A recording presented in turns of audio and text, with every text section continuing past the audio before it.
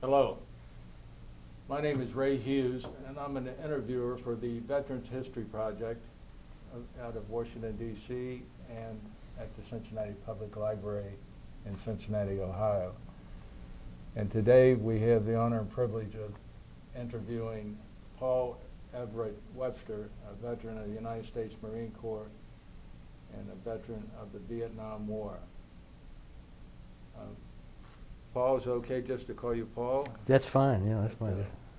Paul, if you would, where were you born and what date? I was born in Covington, Kentucky, December the 7th, 1948, a few years right after the Pearl Harbor. My mom and dad, my dad's Clarence Webster, my mom was Mary Lou Webster, Dad passed away a few years ago.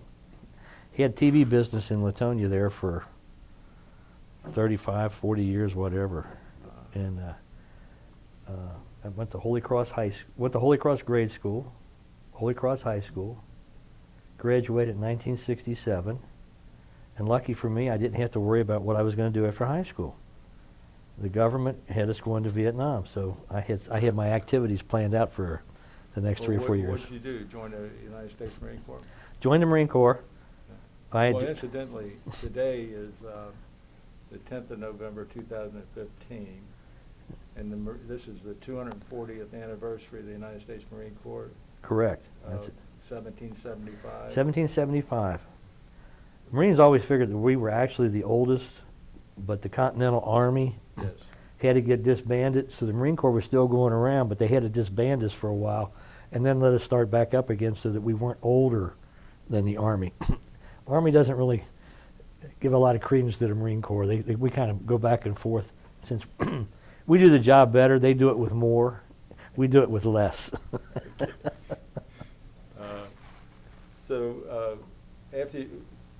How did you come to join the Marine Corps? I joined the Marine Corps totally by accident. I had a friend of mine that in my freshman year, and he was a senior. 4 of the seniors joined the Marine Corps, and they had a little initiation, or their swearing in, at Holy Cross in the gymnasium. And one of the guys that I liked, he was just a super guy, Willie Gallagher, and he joins the Marines. And unfortunately, Willie got killed October the 13th, 1965. So it's been 50 years, just a couple of weeks ago, that Willie was killed in Vietnam. He was 1st Battalion, 9th Marines Charlie Company. And that's when the Marines actually really just first started going over to Vietnam. Advisors had been going over since probably the 50s. Right.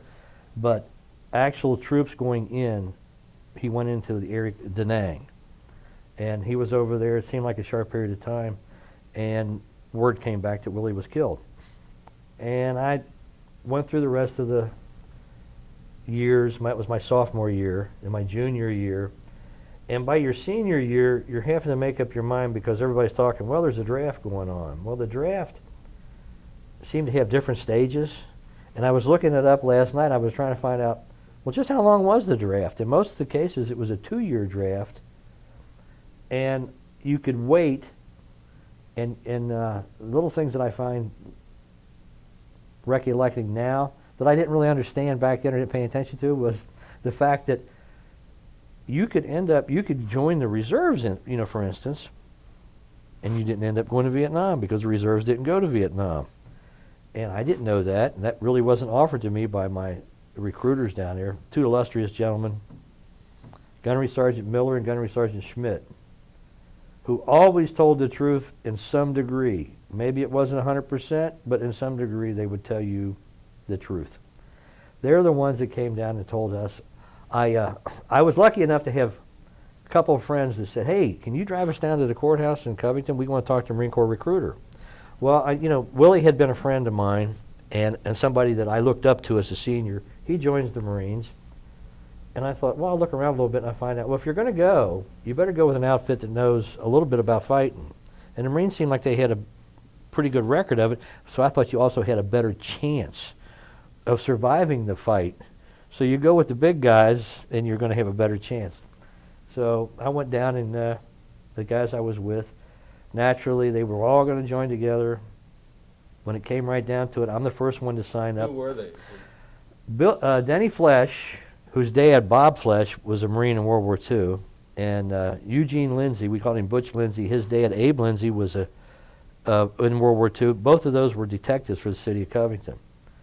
Well, my dad, they knew me. I mean, when you went to Latonia, it was a small community. I mean, everybody knew everybody's kid. So you didn't get by with nothing because somebody's parent would tell your parent, hey, you better watch, he's hanging around with this guy or that guy.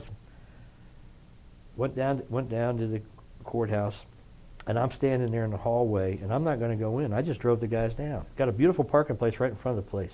Never got one again the rest of my life to this date. That close to the parking. Time on the meter, everything. Well, they come out. Here comes the recruiter. Well, come on in. You might as well come on in. We're not going to do anything. We're just going to talk. Just tell them what's available. And I mean, I tell you, there was schools. The only thing they didn't offer us was Harvard University. You could go there. We got all these schools that you could go to. Well, I come up and I said, well, this doesn't sound to be too bad a deal. You might as well all go take your physical together because you're all going to get it anyway. You all got your draft card, and they're going to call you up. As soon as you guys graduate from high school, you can bet the draft board's going to call you down. And I think my number was a low number. I think my number was 3 or 4 or something like that. I was looking up at how they did that with your birth date and everything. Well, so I'm going to get drafted. Gunny Miller, I mean, he was a good man. He told me the truth. He says, you're going to get drafted. You're 1A. You got a high school education. It's just the kind of thing that the Army's really looking for. Sure. Didn't mention Air Force. Didn't mention the Navy. The Army's looking for that. They're going to grab you right away. And I go, well, damn, I don't want to go in the Army. My grandfather was in the Army in World War I. My uncle was in the Army in World War II, and they didn't care much for it. Okay. And he says, you're going to pick schools. He says, you got an education. He says, in the Marines, they'll just love that. And you know how the MOS works, military occupational specialty. They got him for everything. So I said, okay. And they even met with my mom and dad, talked with my dad. My dad really wasn't keen on, he naturally wasn't keen on the idea. But the simple fact is I'm going to go somewhere sometime, so I'm picking. My dad didn't know that much about the Marines, and not many people did at the time unless you were in during the war or something like that. Okay. So I proceed to go through school the rest of the school year. I graduate June the 6th. I'm in boot camp on June the 19th. Gunny Miller, bless his heart, he come up and told me, he says, Paul, where do you want to go to boot camp at? And I'd heard about Parris Island, and Willie Gallagher had told me about Parris Island. He said, that's a little, California, Pendleton, that's where you want to go. They call it, the Hollywood Marines. I said, well, hey, this is all right. Gunny Miller come up and he says, well, if you're on this side of the Mississippi, we like sending them people over to the other side so they get a little exposure to the country and, And let's face it, at that time in the 60s when you were in northern Kentucky or Cincinnati, you didn't travel very much.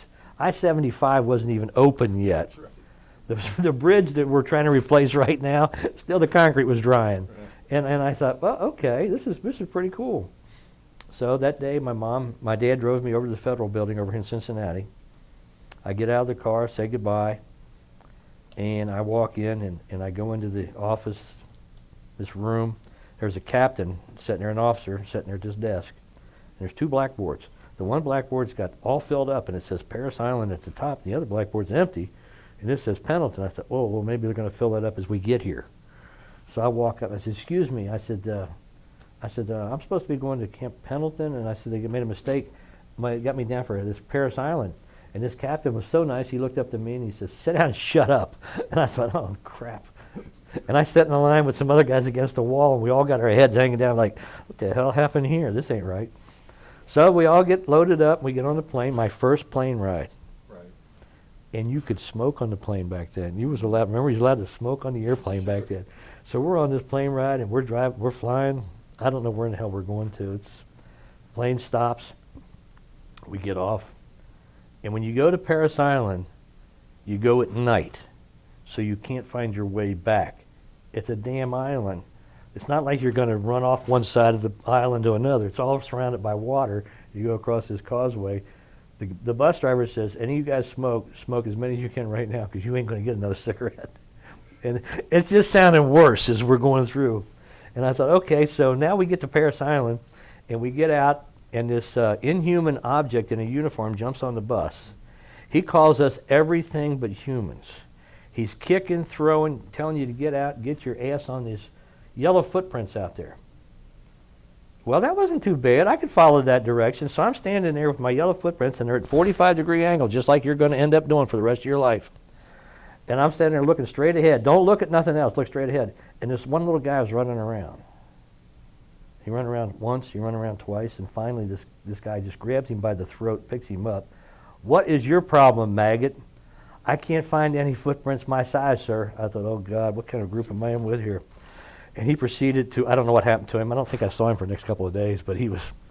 And then you go to your receiving barracks, which is just, you don't get no shower, you don't get cleaned up. You got civilian clothes that wouldn't even go to a Goodwill store by the time they get done with you. You get that haircut. You notice they take a little off the top because there's nothing left when they get done. We're all running around. And we got this one guy. He came from New Jersey. And I can't remember what his name was, but he comes in sandals that lace up to his knees. And we're in there, and you don't know anybody this time. You don't know nobody right now. You don't know who this guy is, that guy. Everybody's a stranger, and I'm kind of looking at this guy, and I'm going, oh, God. The hippie movement hadn't started yet, so why he's in these sandals, I have no idea. And this one drill instructor runs out, and he brings 3 or 4 more. You got to come in here and see this. You ain't going to believe this. Jesus Christ has just joined the Marine Corps. He says, look at this, and we're going, and they're just on this guy, unmerciful. And naturally, you're going to eat Marine Corps food now, which consists of a tray, and they tell. In the Marine Corps, you don't get to look at your food. You get to look at the other guy's food, the other guy's tray, but you don't get to look down and go like this. When you go to eat, you sit and look like this. You're eating. Whatever comes on your fork, that's it. That's going in your mouth. Same guy. We're eating breakfast the next day. Now, you know there's a lot of people in the South that love grits. People in New Jersey have never heard of grits. So he's setting it. You go have your picnic. You go to a table. It's like a picnic table, and everybody lines up. Nobody sits down until they tell you, ready, seats. Then everybody sits at one time. And if somebody was off, you do it again. So it's kind of like your initiation to this grand organization. Well, here he is sitting there, and when you get your food in the chow line, you're not allowed to look down and say, oh, I have a little of that, or I have a little of that. You hold your food, and as you go down like this, whatever you stopped in front of, that jackass that was the cook over there, he's going to throw it on your plate, whether you wanted it or not, because you don't know what you got. You're eating it. Well, the guy's name, I believe, was Feener, and he came over and he sits there. We're at the table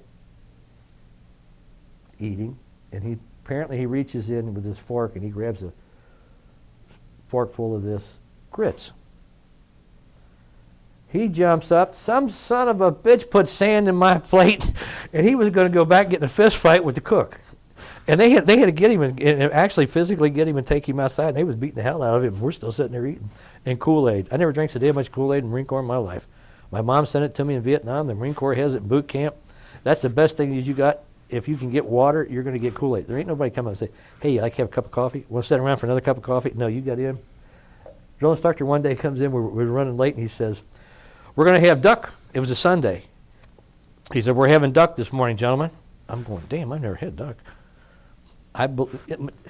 Ray, my problem was I believed every damn thing up to this point. I had in school, in grade school and high school, I had Benedictine nuns, and if they told you something, it was gospel, and you did it, and that's the way it was. I applied that to the Marine Corps. I'm going in there looking for duck in this thing. I'm going, this looks like the same crap we eat every day. Duck in and duck out. We was running late. So we had duck. That was my first experience at eating duck. Well, the rest of the time in the Marine Corps, in boot camp, by then you're developing some really good personal relationships with some guys. One guy that I was with, Gary Von Haney, he lived over in Cincinnati. And Gary went to UC for 1/3 of the year, trimesters, I think what they had. He had a trimester. So as far as the Marine Corps was concerned, that was practically a PhD. He had college. So when we went in and we got in there and after we got our drill instructors and we're back in the base, the first time coming back from receiving, first time I'd ever seen anybody go out. We're carrying our bags, and I know we ran from Paris Island practically to, I'd say Lexington, Kentucky, to get our receiving to where we was going to go to our barracks. By this time, everybody's dying. I mean, there's people. I mean, you're carrying this stuff. It's hitting you. You're not. And a lot of guys ain't in that good a shape. We're going to get in shape, but we're not them. Comes into the barracks, and this one guy comes up, and Staff Sergeant Bradley, one of our drill instructors, guy passes out, and his head hits the deck like a coconut. And he's right across from me practically. I thought the guy died. First time I said, what the hell happened here? And then Sergeant Bradley comes up, I hope he's dead. I hope he's dead. There'd be one less puke we got to take care of. And I'm going, damn. I don't know if my mom and dad's going to get a body back or not. They're just going to say he died, was eaten by sharks or whatever. They left him lay there. And finally it was somebody, the corpsman, they got sent a corpsman come in, the ambulance comes in, picks the guy up. Apparently he was just dehydrated or whatever. That's my first time I see a body that didn't want to go down on the ground, went down on the ground. And I can still see to this day this guy's head bouncing. I'm going, damn. And it progressed from there. We wish it went around the barracks. We was, and you get this little book, and when you're not doing anything, you're supposed to stand there with your 10 general orders or whatever it was in Marine Corps history. You're supposed to read this and memorize this book. Well, naturally, you're going to get in, and I made it through the Marine Corps in Vietnam, I think, because I could laugh. The person that doesn't laugh is dead. He's a goner. Well, I'm with guys that like to laugh. And I'm with guys that will pull something on somebody, so somebody's going to laugh. Well, Gunnery Sergeant Wilson, in my first experience, the nicest black man I'd ever seen in my life, and when at the time in 66, all through, I didn't have any black friends. There was nobody that I even, this is the guy that's in charge of me down there. He's going to kill me just because I'm from Kentucky. I know it. And he ended up being, I have the most respect for Gunny Wilson. He was great. Fairest person that you could ever find. There was no way that he was not going to make sure that you was going to get trained the best that he could train you. And then Little Wilson, who was a little guy, staff sergeant, both of them, and then Staff Sergeant Bradley. Those were our three drill instructors. Our primary drill instructor was Gunny Wilson. And we're in the squad bay, and Gunny Wilson comes up, and he has Von Haney, his rack was up a couple from me. Von Haney, sir, can you read and write? Gary just kind of, yes, sir. I see you got a little more education than some of the guys here. You're now the scribe. I call you scribbler, and you will take notes. Gary's, yes, sir. Anybody come up here? Gunny Wilson turned around, he says, clock on the wall. Anybody know what time that is in military time? Right now, give me. I said, and I just 1300. It was 1 o'clock. You couldn't mess it up. It was you're a timekeeper. You got a watch? Yes, sir. It was in my footlocker. Get it out and you wear it. Nobody else was allowed to wear a watch. I thought, damn, I'm a timekeeper here. And Gunny Wilson would come out and all through the thing. What timekeeper? What time is why? You better give it to him in military time. Don't come up and say it's 9 a.m. No. So I knew military time from then on, and everything I do is military time. Well, we're out there training, you get an M14, and you're going to do the manual of arms, and you're going to do the marching and everything. Well, this one particular day, we got a guide on that says Platoon 388.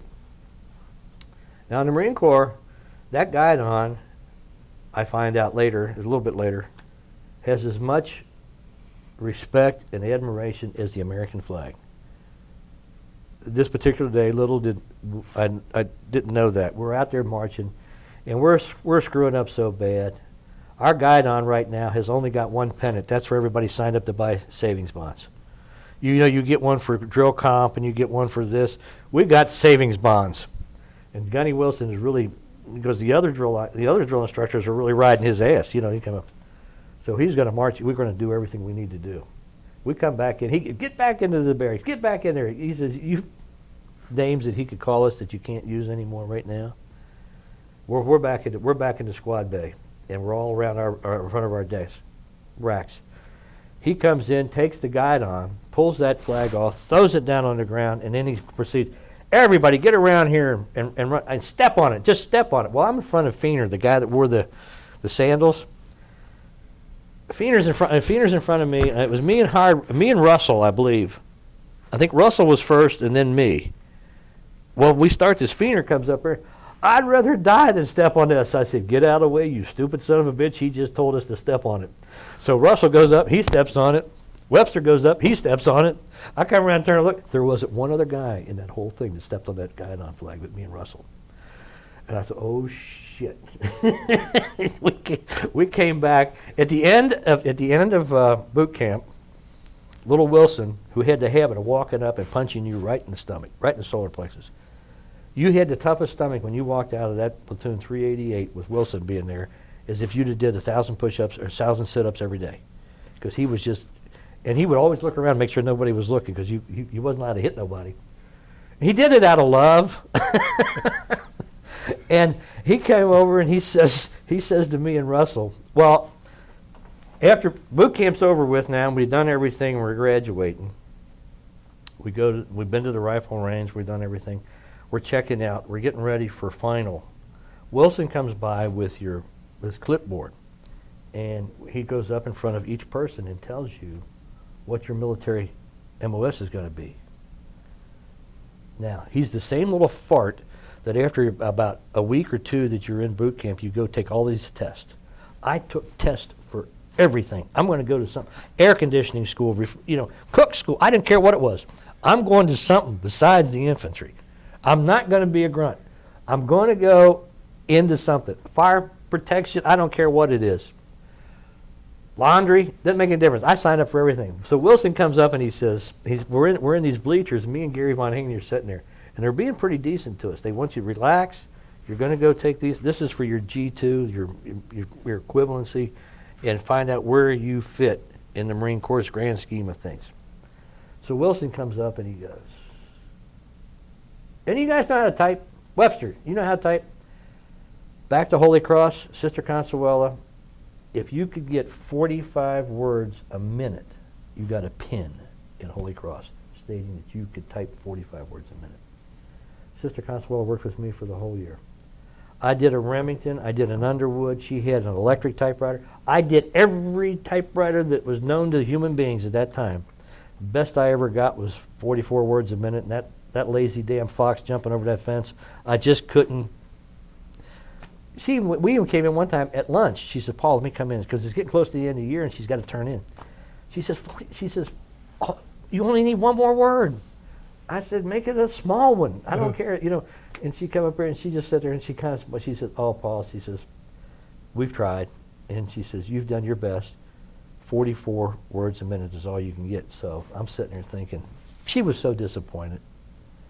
I'm sitting in that bleacher at Paris Island, and little Wilson's coming up, says, anybody can type. I said, I'm tired, and by this time you've done taking all these tests, and you're really, I don't have to go do nothing. I don't have to go do that. I didn't. Wilson went on.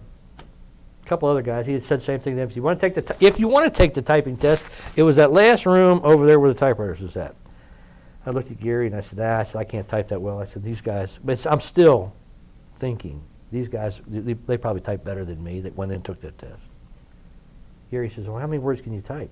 I said, 44 is the best I ever got in high school. Wilson comes back about a half hour later.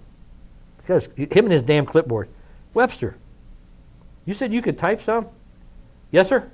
Well, how many words can you type? I said, the best I could ever type, sir, was 44 words a minute. He just looked at me. Because he knew I'm putting in for everything. That's the reason why I was too tired to go take the typing test. I just come out taking tests from everything else.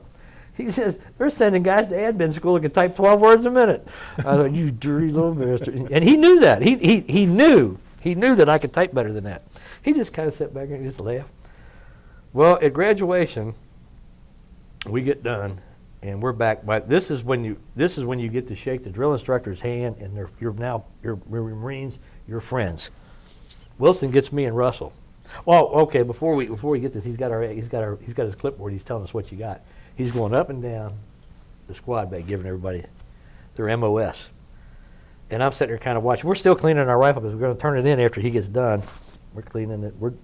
I'm just watching. He walked up to Von Haney. He came up and told him. He said, "Scribe, 0311, Westpac, you're going to die." You're going to go to Vietnam. Westpac was Vietnam. You're going to die over there. Damn.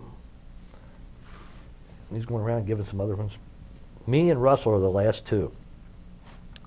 And I was looking by this time, it's taken Wilson about an hour and about 5 cups of coffee because he's having a good time doing this. He's enjoying this part. Of all the boot camp, he's enjoying this. He goes over to Russell and he says to Russell, he says, Russell looks up, yes sir. You didn't have to stand up or nothing because we're now good friends now. He's the sergeant. He goes, Russell, he says, 0311, Westpac, you're going to die. And I said, boy, I hate to hear that, guys. I hate to really, I'm the last one. They got to have, the Marine Corps has got to have one other MOS besides 0311 for Paul Webster. Got to have it. I took all these tests. He comes up here, Russell comes up, and he says,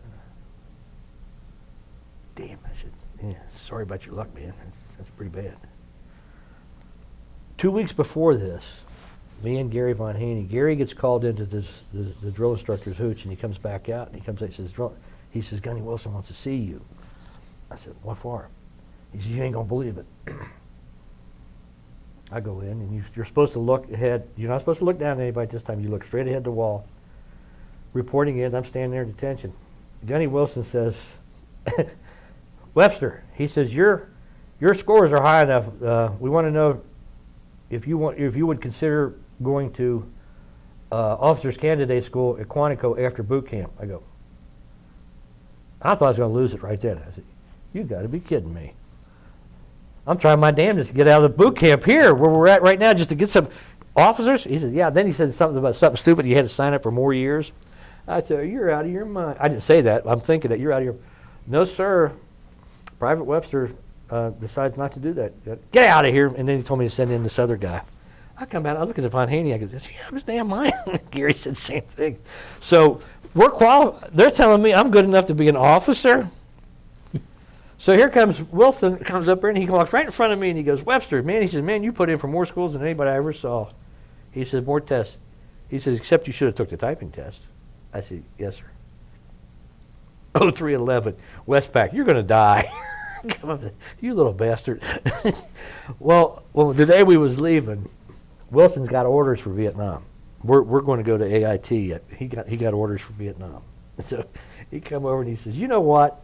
He says, I've had a number of platoons from boot camp here. And me and Russell standing there. He says, but when you two guys stepped on that guidon, on that flag, with both feet, not just one, with both feet, because Gunny Wilson told you to do it, he says, I don't know about anybody else. The only two guys I know that's going to go to Vietnam and come back alive are you two. And we did. I met Russell in Okinawa after we came home the same day. We got back, and I said, "Well, thank you." That was boot camp. That's where it all started, and we ended up going to AIT. We went to Lejeune. What is AIT?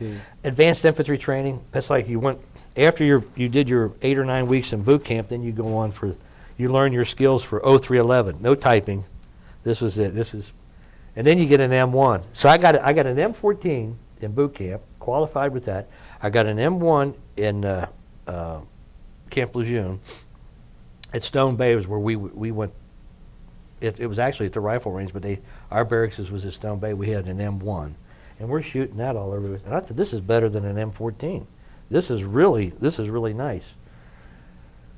After we got our orders, then we're going to go to Vietnam, and I'm still sitting there in Stone Bay. I'm looking at some of these guys. We got to do you do your junk on the bunk, and I'm looking at this, and I got all this stuff.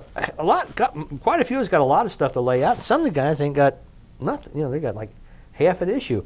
Well, I'm finding out. Well, I'm in the reserves. And we mean you're in the reserves. Well, I got a 6-year commitment. I said, well, I got a 6-year commitment, but 4 of it is active and 2 of it's inactive. But I mean, you could get just a reserve. Yeah. What are you going to do? He said, well, after this, we'll go home back to and then we'll go to the reserve center maybe once a month or something like that. And I go, immediately I got a picture of Gunnery Sergeant Miller and Gunnery Sergeant Smith in my head going, you didn't offer me that. Nobody told me about that. So I get the whole deluxe package, you know, and I've got plenty of clothes. I got more clothes than the rest of these guys got. Ray, I can't believe that there's that many, that I was that dumb or naive, stupid, that you just didn't notice that there was some of this stuff going on. It's like, well, how come some of us are going to this Vietnam thing and some of these guys, and I find out years later that practically no reserve units ever went. So we all get our orders, go home, and spend our 30-day leave. We meet back at Pendleton.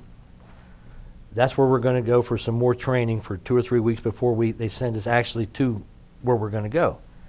So I get in with an air wing unit, and I didn't know these guys existed either. These air wing units, you know, to them, getting up in the morning was 7-ish. You know, we're coming from boot camp where you got up at 5:30, 7-ish, and kind of like, staff sergeant, hey, what are we going to do today? I don't know. We're going to do some kind of map thing or something. Well, these guys had been in the Marine Corps for a year or better. Then they're now getting sent to Vietnam, so they're going to. I said, well, I asked one guy, how do you get into this? He said, well, you don't do what you did. He says, you got to really fight for this position here. And I go, damn. So we're out there in California, me and Gary, and I can't remember. It's funny now that some of the guys, I can't remember their names anymore. And but me and Gary Von Haney, and I can't remember who the other guy was. California. They got Tijuana, Mexico. They got all these places down there to go. We want to go Disneyland. How do we get to Disneyland? Well, you get a bus. You take this bus out there and you get up here. So here's the Marines. We've landed. We're in Anaheim, California. And we have such good skills at mapping and compass and all that kind of stuff. The bus pulls up here on the street, lets us out. And I'm the one that says, we said, how are we going to find Disneyland? I said, this is what we do, guys. That's a hotel over there. That guy will probably know. Walk into this hotel. Guy stands there and looks at us. We're looking for, how do we find Disneyland? And the guy goes, and I thought, don't be a smart ass. I'm asking you a question. How do we find Disneyland? He says, turn around. We're at the desk. Turn around. There it is. If we'd have went to the corner instead of looking left, and we looked at right, we'd have seen it. There it is. It's as big as it can. It's as big as the world can get. And I thought that was the best time we had in the whole time in California. Exactly. And we went to Disneyland. We had a great time at Disneyland. That's when the package, you could get like a $5.50 package, a $7 package, and I think there was a 10. And the tickets was either good for the teacup ride or the Matterhorn or whatever. And we went through the whole thing. We spent the whole day there, and we went back. And one of the guy that was in charge of us at the thing, he came up and told us, don't any of you guys get a tattoo. I'm telling you right now, don't get a tattoo. Well, naturally, one of the guys with us, he's got to get a tattoo. We go to Anaheim, and I failed on getting a tattoo because I had enough money to get drunk enough to get the nerve to get the tattoo, but then I didn't have the money for the tattoo. So he gets his tattoo first. He comes back. This thing is infected. It was the Marine Corps dog. It looked like it had rabies. And he's got this little Marine Corps USMC, and that dog's face, I'm going, geez, man, I don't think you should have got that. Well, he got wrote up for it. He didn't miss any movement or anything like that, but he had to go to get it looked at, you know. So I said, well, I didn't get my tattoo there. I said, I'll get one later. And we end up getting on the plane. We did our little thing out at Camp Pendleton, up the mountain, and escape and evasion, how to disarm a landmine and stuff like this. And the whole time so far, even at AIT, when we were supposed to throw hand grenades, they had a bad batch. So we can't throw hand grenades. So I'm not able to throw a hand grenade yet. Practice hand grenade, yeah, but a real live hand grenade where you go in that little box and you sit there and you pull the pin and you get to throw something that blows up, I haven't got to do that yet. Pendleton, still ain't able to do that yet. We're leaving, we're going to Vietnam. We stop off in Okinawa. We're there 2 days, I think. And here comes Russell. He says, hey, I learned a card trick last night. I said, really? There's 19 million people standing in line in this street out there. And me and Russell comes up and he takes the plastic off a brand new deck and he gives me the plastic. He opens up the deck and then he gives me the jokers and the directions. And I got them in my hand. Right after that, there's an MP comes up and grabs me and Russell, both of us, playing cards in ranks. I said, how in the hell can you play cards with just the directions and the plastic off the card? We had to go pull butts for the officers to shoot M16s. So we spent that one day pulling butts for these damn officers that, that some of them look like they just got out of school right after me. And I'm going, these are our leaders? What is pulling butts? At the rifle range, the butts were the targets. Yeah. You had to pull them up and down. And so these officers could learn how to shoot this M16. The M16, to this instant, right now, where I'm sitting here right now, is the worst piece of crap foisted on the American military person since bow and arrow, I guess. I don't know. I have no use for that thing. Now, I just told you, I said I was in boot camp, had an M14. And advanced infantry training, I had an M1. These things were made of wood. And when you did bayonet training with that, I mean, there was something there. It was like pugil sticks. When you did something, you had something in your hand that was nice and heavy that you could club somebody with. You look at the M16, maybe not the ones today, but the ones back then. We leave Okinawa, me and Russell, we leave Okinawa. We get to Da Nang. We get off the plane at the airport. We go up to a little, there was a couple wooden hooches, buildings there. And you had your sea bag, your duffel bag, your sea bag, and the orders under your arm. Guy comes out, grabs your orders. He goes back into this building. Some brain trust in there comes back out and goes, on my orders it says Fox Company, 2nd Battalion, 4th Marines. I have no idea who that is. That's home from now on. This is it. Russell, he goes with 9th Marines. He ends up at Quezon. I visited him a couple of times. I told Bill Dimitri, I told him one time, I said, we took trucks, convoys to Quezon when it first started, because everything was on the road, until the truck loads, when you started getting on the trucks and all the windows are shot out of the trucks. It's like, what the hell's going on here? Well, they were shooting at the trucks, so they had to stop the convoys after a while. But I went up there a couple of times to see Russell up there and bought him a bottle of Jim Beam, and nothing was happening right at that time there. So when we get to Da Nang and they give us our orders, that's the last time I see Russell until I find out he's up at Quezon. I get into this thing with Fox Company, and they say, okay, they fly us up to a place called Quang Tri Province. This was a military base up there. I have no idea what these are. These are strange names to me. I have a hard enough time with Walnut Hills and stuff like that. So Quang Tri Province was like, I'm in a new world now. This is country. This is the rural area. This isn't Saigon, where Westmoreland and all the boys hang out. This is absolutely, I'm thinking, I'm in the middle of one rice paddy. My first rice paddies. These are rice paddies. They actually do grow the rice in these things. So I'm sitting there watching, and you're watching Mom and Sam with the little pointed hats and stuff like that. And I'm going, damn. We get checked in, and we're there. This may surprise a lot of people 75 years from now, which you said they might be looking at this. They send me from Okinawa to Vietnam. I know it's a police action. LBJ said so. I don't have a ticket book or handcuffs. You think I would get a gun. Somewhere along the line, somebody should have given me some kind of weapon. We leave Okinawa, get to Da Nang. We ain't got no weapon. That ain't bad enough. From Da Nang, we go to Quang Tri. I think that was a C-130. Actually, we went to Dong Ha. We landed with the C-130, and they trucked us back to Quang Tri. I still haven't got none of us have got a weapon. We're at Quang Tri for 2 or 3 days, and we're on secondary lines. Don't worry about it, guys. You're on secondary lines. At night, you're going to go out. Here's one M16, 2 magazines, and 2 magazines and 1 hand grenade. 3 of us were in this hole. You're going to sit here. Don't worry about it. Nothing's happened. Nothing happened. Those are the famous last words, nothing's happening, they'll go down in history. That's when somebody tells you that, as the proverbial fan gets turned on, that brown stuff gets flung all over the place. That's because nothing happened. Well, he came over and he says, we're there that night, and the 3 of us were kind of looking at each other like, we got stateside utilities on. That's the stateside uniform made of cotton. Water does not go through these very good. And this is the rainy season. This is the monsoon season stuff over there. We're in these holes, and we're just looking. All three of us are scared shitless. We're going like secondary holes. Well, we remember that. That means there's somebody else in front of us, and if something happens, they're going to come back here. And that's why this one brilliant corporal came up and said, well, that's the reason why you only got 2 magazines, because we don't want you shooting the guys if anything does happen. Now, nothing's going to happen. Yeah. Okay. So we're there that night, and we're rained on, and we're setting in a hole. There's no sandbags above us.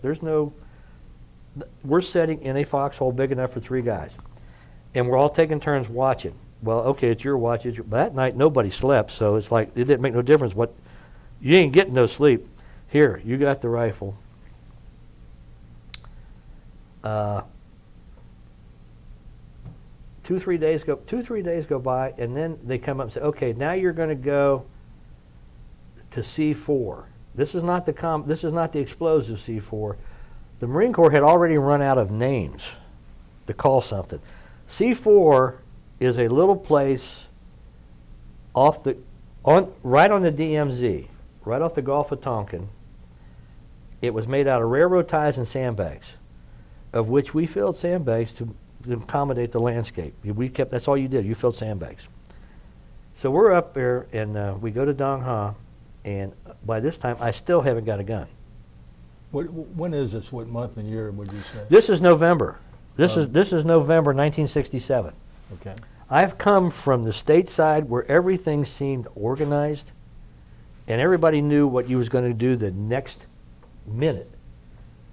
I'm down in a place where they don't know what the hell you did yesterday, but you're there.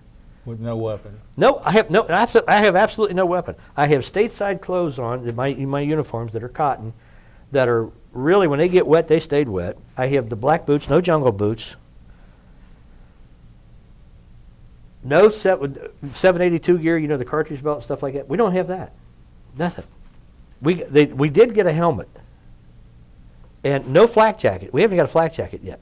We go to Dong Ha, and now this is staging. We're going to be there, and I meet up again with Gary Von Haney. He got there a couple of days ahead of me. And this one sergeant came up there, and he came over and he says, I kept saying, when are we going to get a weapon?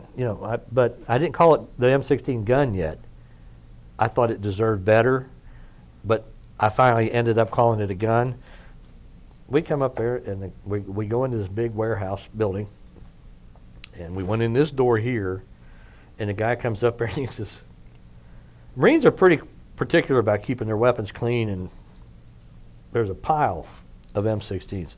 He says, go pick you one out and take it up there to that desk, and then they would write the serial number down on it and on your card with your name on it.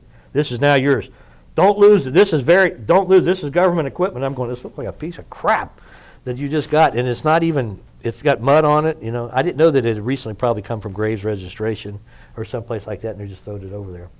And this sergeant comes out, he's got some cleaning gear for me. Now, the problem with the M16, at first they said it didn't need to be cleaned. It would just fire forever and never, no problem. You didn't need to clean it at all. Maybe you hose it off once or twice a month, whatever. That's all you needed to do with it. That was incorrect. And this sergeant comes up and he gives me cleaning gear for an M14. And I'm sitting there looking at this thing. It breaks down like my grandfather's old Stevens shotgun. If you pull the pin and you break it down in half, and that's it. It ended up being a single shot. It didn't shoot like it was supposed to. It had a cyclic rate of fire of like 30,000 rounds a second or something. I don't know, something. No, it shot once, and then they gave you this little cleaning rod that came in sections. You could put it together. And me and Davy Crockett and Daniel Boone was doing the same thing, because the round would stick in the chamber, and you had to knock it out. Hopefully you could get it knocked out with your cleaning rod, and then you put another one in. The chambers were not chromed. The bolts were not chromed. This is the same problem they had in World War II with the Grand when it first came out. They made it, but they didn't chrome the receiver or the bolt, and they were jamming. And this is General Patton said, this is the weapon that won the war. That first one that they got didn't. After they fixed it, it did. Well, these haven't been fixed yet. The only thing I can say good about the M16 that I got, the flash suppressor had 3 little points on it. It wasn't very big. The flash suppressor was only this big. C rations came in a box with a metal wire around it. So the only thing this M16 was good for, and everybody had the same kind of flasher, but you could twist the C ration strap and break that wire and get your C rations out of it. That's what that M16 was good for. It was a box opener that was actually good for it. And the bayonet was half the size of the gun. And I'm sitting there thinking, and then the bullets, when you're looking at 30 caliber bullets from the M1 and the M14, and I'm looking at these little 5.56, and I'm going, the theory on them was these go so fast, they make such a hell of a hole. And then the problem was, yeah, but it had to shoot to make the hole. And then, it was always, well, you're not shooting very far. You're not shooting 500 meters. I thought, well, you're right. I'm not shooting 500 meters anymore. I'm barely shooting out the end of the barrel. But, so we go to C4, and in the Marine Corps, there's some historical characters. Smedley D. Butler and Dan Daly. Butler was a captain, and Dan Daly was a sergeant major, who famously said lines like, you want to live forever, we're going to, Belleau Woods are going to go across. Both those individuals ended up with 2 Medal of Honors. I think one of them came from the Army and one of them came from the Navy. Since then, if you only get one, it's not, if you're unlucky enough to get it, you're usually dead when you do get it. But those were the names, and I'm coming up here with a guy that this captain is Captain Butler. I'm going, damn, he must be related to the, he was like the 3rd Butler that I ran into when I was in the Marine Corps, and none of them were related. This man here was really intelligent. He knew what was going on. They'd been in some battles at Compiègne. That was one of the big areas. And he got us, when we got off the track, we was the new people. He come up and he says, some other officers are going to come out and instruct you guys on what's going on. He said, but I want to tell you where you're at. This compound here, the barbed wire around it, when we go in it, whenever you come out of it again, he says you will be locked and loaded. Your rifle will have ammunition in it, and anything that you see walking around, you will shoot at and kill it. This is a free fire zone. And I'm sitting in a free fire zone. What the hell is he talking about here? This meant that where we were at, there was no friendlies around. This is it. Fox Company is at this little place right here. Now I get to go in and meet all of my new friends. Very first day I'm there, I still don't have anything, and I got this rifle. I have 2 magazines that was all that they would give me at Dong Ha. Gather up more as you go along. I thought, how the hell do you gather up more as you go along? I found out how you gather up more as you go along. Anyway, I go in, the day that I get there is the day that SPs come in, and I don't know exactly what that stands for, but it was a box that had cigarettes in it, chewing tobacco in it, candy in it. It was like the goodie thing that came around once a month. This was going to be divvied up between 12 guys. Now I show up. Oh, wait a minute, we got to put another guy in here. You ain't friends no more. Oh, okay, the new guy, he just got here. He gets some of this. Now, if that box had showed up the day before, I'd have been SOL. That would have been, but they were pretty good. I said, no, I got cigarettes and stuff like that. Well, and then you get to meet these guys, and you instantly, within a day, you're talking, and actually they got to pull a joke right off the bat. Jimmy Floyd come up and tells me, he says you got to go see, ask O'Neill to show you the picture of his sister. She was like a beauty contestant, and he lives in Oregon. O'Neill lives in Oregon. I said, really? He says, yeah. He says he brags about her all the time. So I believe. That's what I'm still believing. I go up and I go, hey Mike. Yeah. Well, I'm new. I've been there for 2 hours. Yeah. I said, hey, they said that you got a sister that's really, really pretty. I said, you had a picture of her? Can I see it? My sister died 2 months ago. I go, oh God.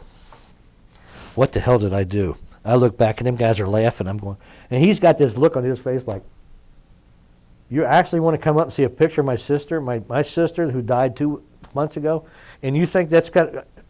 I'm going, oh God, no. This.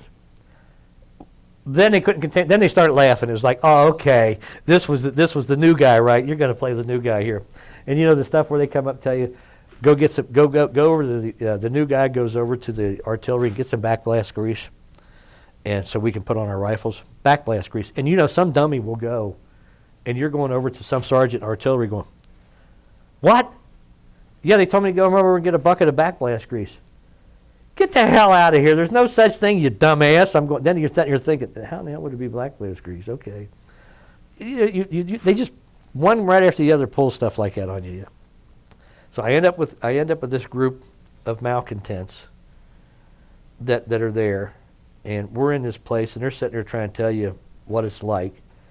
And the only thing I know about C4, it was, and you think about Vietnam, at C4, it rained, it was cold, the wind was blowing off, or the sun, it was so damn hot, and usually that was the same day.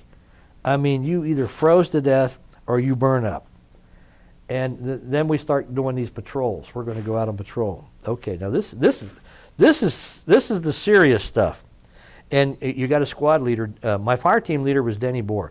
I was the first squad, 3rd fire team, last rifleman. Denny Bohr was my team leader, Mike O'Neill and Kenny Sear and me. This is the fire team. This is us. There were 3 fire teams and an M79. That was Jeff Meade. And then we had Corporal Connell, who could, he was the squad leader. And then you would start going out on patrols. You would go out on ambushes. You would go out on a listening post with a radio.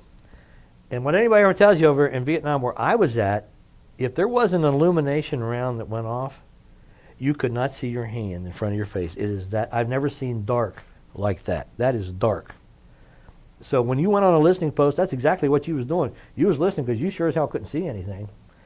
And the radio was either put on squelch so that, if you did, so there was no chatter going on, and then you had your situation report would be the operator would come up, and he would squeeze his handset for yours, and next thing you know, okay, you responded back with 2, that way they knew that you all was still alive. When you went out on a patrol, like at night for an ambush, I could never figure this out. This is the Marine Corps for you. You went out, usually in about the same area where somebody that a couple days before had set in and dug their foxhole. You were not allowed to use those foxholes. If there was one right there, you had to go over here and dig one 6 feet away just to be different. You wasn't allowed to use the same one. And I kind of thought, well, maybe somebody, we dealt with North Vietnamese regular in that area. And I guess the thing that I find out as the years went by is the lack of intelligence telling you anything. Today they make such as glorified, the sniper. Well, hell, everybody's a sniper. If you're laying down and you're waiting for somebody to come by, you pick your target and you shoot it. Well, that's a sniper. That's, Carlos Hathcock was a sniper in the Marine Corps, and everybody's probably heard about him, and Chuck Mawhinney. Chuck Mawhinney said the one thing that I think a lot of people forget or need. They asked him, he had 88 confirmed kills. I know he had more, probably more like 120, 125. Carlos and Mawhinney did this with Winchester bolt-action Model 70 rifles. None of this fancy stuff that anybody's got today. None of the 50 caliber stuff. They're doing their stuff less than 200 meters. Maybe 300 meter shots is what they're taking. And they asked Chuck Mawhinney one time they said, did it ever bother you, the people that you killed? And he says, I have one. And I agree with him, and I believe the same thing. I have one. The one that I missed. He says, I can still see that guy's face. He says, I missed him. He moved just as he shot. And he says, that's the one that haunts me, because I figure he might have been living to go kill a Marine later on. He says, no, the ones that, he says, I have no problem with. And I don't have any problem with it. Mine were kind of like in an accident. Denny Bohr, I told you, was my team leader. Well, they came up, and Terry Fairbanks was our squad leader. And this man had, I don't know what kind of decoration he ever got, if he ever got one. He had to be the most knowledgeable corporal in the Marine Corps. He came over one time, he says, we went out on patrol, and Fairbanks was getting ready to go home. and they were making him stay in the rear. He wanted to go on a patrol. He was convinced that his uniform could not get a bullet. I kind of thought he's a little nuts, but he thought that, and I was there when he was standing up one day. We was taking fire, and I saw his dog tag get shot off. Didn't bother him a bit. He just came. He was convinced that bullet is not going to get me. And I thought, well, I don't know if I do. I want to stand close to him or away from him, because if they're going to miss him, somebody might hit me. Well, Terry came over and he says to me, now, after this particular thing occurred, we go up and he was always the one, do not get Federal ammunition. Look for Winchester ammunition. Because the problem with the M16 is everybody had to write a letter in 67 to your congressman. They wanted a letter. What do you think's wrong? Because Colt was always saying it cannot double feed. It cannot. It did not double feed. Fairbanks was one of the people who says it does not double feed. The Marine Corps, we know the nomenclature of the rifle, how it feeds and extracts. You got forward movement and you got rearward movement. The problem was the round, because they weren't chrome, the chambers weren't chrome. The bullet, when it fired, it would stick in the chamber, and the bolt tried to extract it so that the next round could come up. But what happened was it usually pulled the lip off. Federal ammunition was either too rich in the brass, and what we found out is some bright person in the Pentagon decided to make the bullet go faster, we're going to change the powder. So I don't know if it went from stick powder to ball powder. It carboned up the gas system more, and that was part of the problem. The chrome wasn't chambered, it wasn't chromed, and so it couldn't extract. It didn't double feed. Colt's saying two bullets cannot come up here at the same time. That's double feeding. No. And Terry Fairbanks wrote a letter. He said, and they took his as far as, here's what's happening. It's not doing it. So they were trying to solve the problem, but we still got this little gun that we're using. Well, we go out, and so I'm looking for Federal ammunition, and I'm scrounging for, magazines. So I got 6 magazines at this point. And we were on the hole, and all of a sudden, this is the thing that aggravates me with the Marine, with any of the military, especially this outfit that I was with. Give me more information. Let me know what's going on. Don't give me a piece of it. Okay, there's 4 of us in the hole. Okay, one guy comes back, goes back to the CP. Another guy comes back. You go back to the CP. So now we're all standing back at the CP except for one guy in every other hole on the perimeter at C4. What the hell are we doing? Where are we going? Intelligence says we got a large group of North Vietnamese in the area, and we're going to go attack them or ambush them. Go down to the ammo bunker. I told you it rained all the time over there. This is wet. Go down to the ammo bunker. I just got a new poncho. We all did. Leave your ponchos on your rack. We're not taking the ponchos. Okay. And this lieutenant come up and he says, if your canteen's not full, dump it out. I'm going, I need water. Water, I can go without food. Water is something that you want to have, but we're dumping it out. Go down to the ammo bunker and get some more ammo.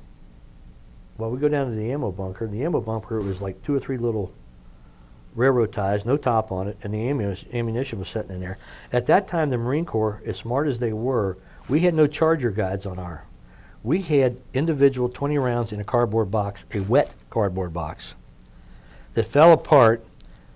The guy comes up and says, get a sandbag. Sandbags, even if you're coming up fresh out of a bundle, have got sand. Open up a sandbag and scoop up these bullets. Now I'm starting to laugh. Now I'm sitting there going, this is goofy. You don't even argue at this point now. You just got to laugh at them. So we got all the guys. We got a sandbag full. I got a sandbag half full of loose rounds tied on my cartridge belt with the rest of the guys. We're not allowed to take we're not allowed to take the poncho with us. It's pouring down rain because that would make noise. This bag of bullets banging around, you think it ain't making noise? And then to top it all off, you know what a half-track amphibious vehicle? Yes.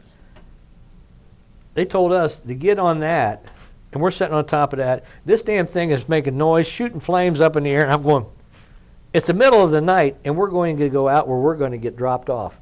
Do you think the NVA couldn't figure out where in the hell we was at? This is where so we get off the tracks, and then we walk. It couldn't have been very far. I mean, we didn't go very far. So to fool the enemy to not know that that's where we're at. So we set in up there on the coast, and it's pouring down rain, and you're freezing. I mean, you are absolutely, everybody's shivering. The only time you saw somebody not shiver, and since you're already wet, this guy ain't getting up to go take a leak. He's just sitting there going, but he's just real happy. And he goes, yeah, I know what you're doing. So we get up there the next morning. They come by to get us up, and me, Denny, and Kenny Sear, and O'Neill, we're over there, and we're walking on. And these are sand dunes. This is a sandy area. It's right off the beach, and you got these sand dunes everywhere. And I said, where are we going? Force says, I don't know. We got up there, so everybody's up. All the Fox company that was there, we're up, and we're going to go this way. Okay. Didn't bother to tell us that we're flank, which means ain't nobody else on your side. There ain't anybody there. We're all going, listen, okay, where we at? My grandfather would have kicked my ass if I didn't identify a target like a rabbit or a squirrel to shoot at. You just didn't shoot because you thought something was there. And if the little rabbit was running up the top of the hill, you let him go because you don't know somebody else might be coming over that hill. So you just didn't shoot. Well, I'm walking along, and Denny Boer, I come up there, and I look down. I say, Denny, what the hell is this? There was some comm wire that was covered over with the sand, but I kicked it with my foot. And Boer come up, and he said, comm wire's got 2 strands of wire to it. Denny comes down. He gets down on one knee, and he's got his M16 in his lap. He says, give me your bayonet. And the guys are still walking. And I don't know we're flanked yet. Denny doesn't. We don't know what the hell's going on. We're just going that direction. And he come over, and he says, he gets my bayonet, and he separates the 2 wires, and he says, now you want to make sure you only cut one of these wires. Well, I knew that, but you only cut one at one time. If you cut them both, it could make contact. If that's a bomb set up there, it could cause it to go off. And I sat there and I said, okay, but out of my peripheral vision, and there's this sand dune, I'm bent over like this. Then he's down on one knee with his rifle in here, and he's trying to cut this wire. And I come up there and I go, I said, hey, Boer, who's that? And then he looks up, as calm as you can be. He come up and he looks up. He says, you mind killing him? It was an NVA that had just walked over, and he doesn't see us, but he looks at O'Neill and all the rest of the guys, because they're in front of us, and he's behind us. So that's the first time we start shooting. I come up and I said, these shots ain't long. These are from here to the end of that wall back to that room back here. That was the first one, and then there was another one come over, and then he says, keep shooting. They kept coming over, and then Jonathan Ristalis, he got up on the dune, and Jimmy Floyd, he got up on the dune. They were up on the dune. They were up on the high ground. From watching combat on television, and get to the high ground. You want the high ground. Don't leave us down here in this little. They were up there yelling, come on, everybody get up here, and then they're shooting. All of these, well, I guess the NVA were about as experienced. We caught them. They were looking for us, but we caught them first, and we come back, and I came back that day, and that started off. That was November. Colonel Whis told me that was November 28th. And he apparently had a pretty good recollection. I never knew what day it was. So yeah, when a kid asked me once in school, I went to school. He says, did you kill anybody? Well, they always want to know. It's a stupid question like it. And I said no. And I told one of the nuns. I said, tell him later on. I said, he asked me if I killed anybody. I said, no. They were all somebody to someone.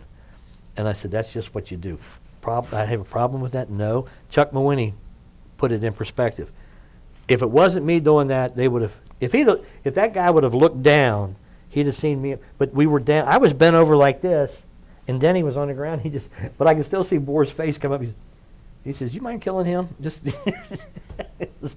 there he was. That was my first experience. I only been there about 3 weeks, 2 weeks, 2.5 weeks. That was it. And from then on, it was like you now become one of the old guys. Well, Fairbanks come back. We had a staff sergeant, and I won't use his name right now, but his rifle jammed. And I got my rifle, and he come over, and we all had pulled back, and Lieutenant Wainwright's sitting behind me with a piece of shrapnel in his ass, and he's wanting me to look at it. And I come up and I said, it ain't gonna bother your looks, Lieutenant. I said, it's like, he says, yeah, it kind of stings a little bit. Well, he was up above me, and the sergeant over here come up here and says, my rifle's jammed, my rifle's jammed. Anybody got a gun that's not that works? And I come up and I said, well, give me your rifle, because we had taken some cleaning rods and put them together. I knew what happened. His rifle, it just jammed. So I handed him my rifle so he could give me his so I could take it apart, and I'm cleaning it. I couldn't get the, that son of a bitch wouldn't give me my rifle back. And I won't use his name, but you know who you are. He wouldn't give me my rifle back, and the guys would come back. Well, so when we came back, we got back into the area. Fairbanks come up, and he says, I heard what you did today. And I thought he was talking about, he said, you did a good job for 3 days. For less than 3 weeks being here. Short time being here. He says, not many people will have that soon. He says, and the board come up and told him, he says, if it wasn't for me shooting them, they would have probably taken out a number of the guys, because they were in front of him, he was behind them. And he says, and you did a nice job with Denny on finding the wire and everything. I said, thanks, Terry. He says, I'll tell you right now, he says, that son of a bitch that took your rifle, that wouldn't give you your rifle back, and you're trying to help him, he says, I can't blame you if something happens to him.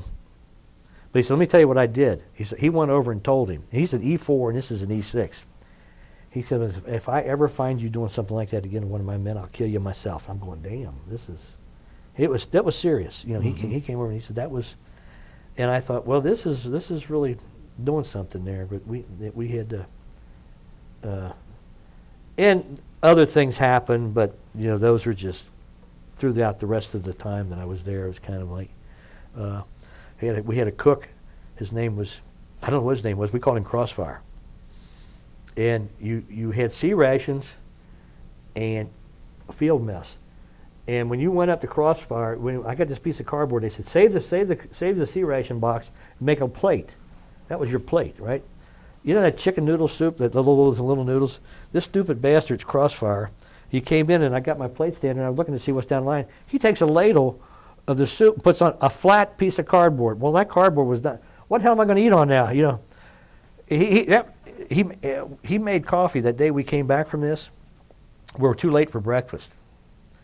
And he comes back, he makes this big ass pot of coffee. I mean, this thing must have held 20 gallons. And he's got this bag of sugar, he's got it pulled down here. And me and a couple other guys, we got to go first. And the lieutenant said, get up there and get yourself some hot coffee. So I got my canteen cup out, and you reach in, you get this coffee, and here's this spoon. And I'm down there, and I'm man, you're 19 years old. I got more of a sweet tooth than anything else. I'm putting 2 or 3 of these in here and stir it up.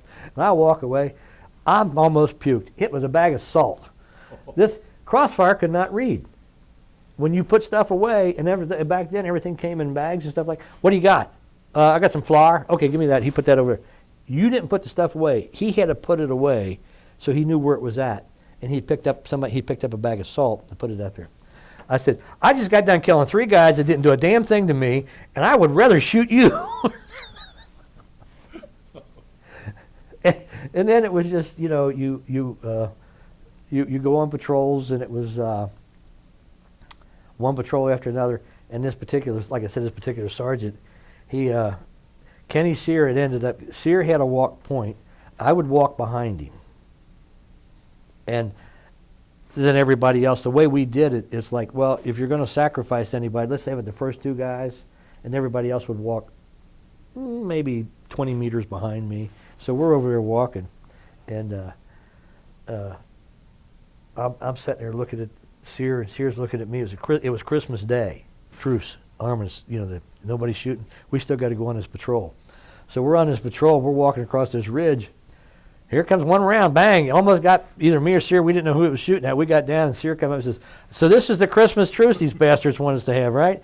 He says, I said, yeah. I said, somebody didn't get the message. We went across one day, Corporal Connell, we was down at Quang Tree, and there was a river, and it was down there, in Aquaviet River.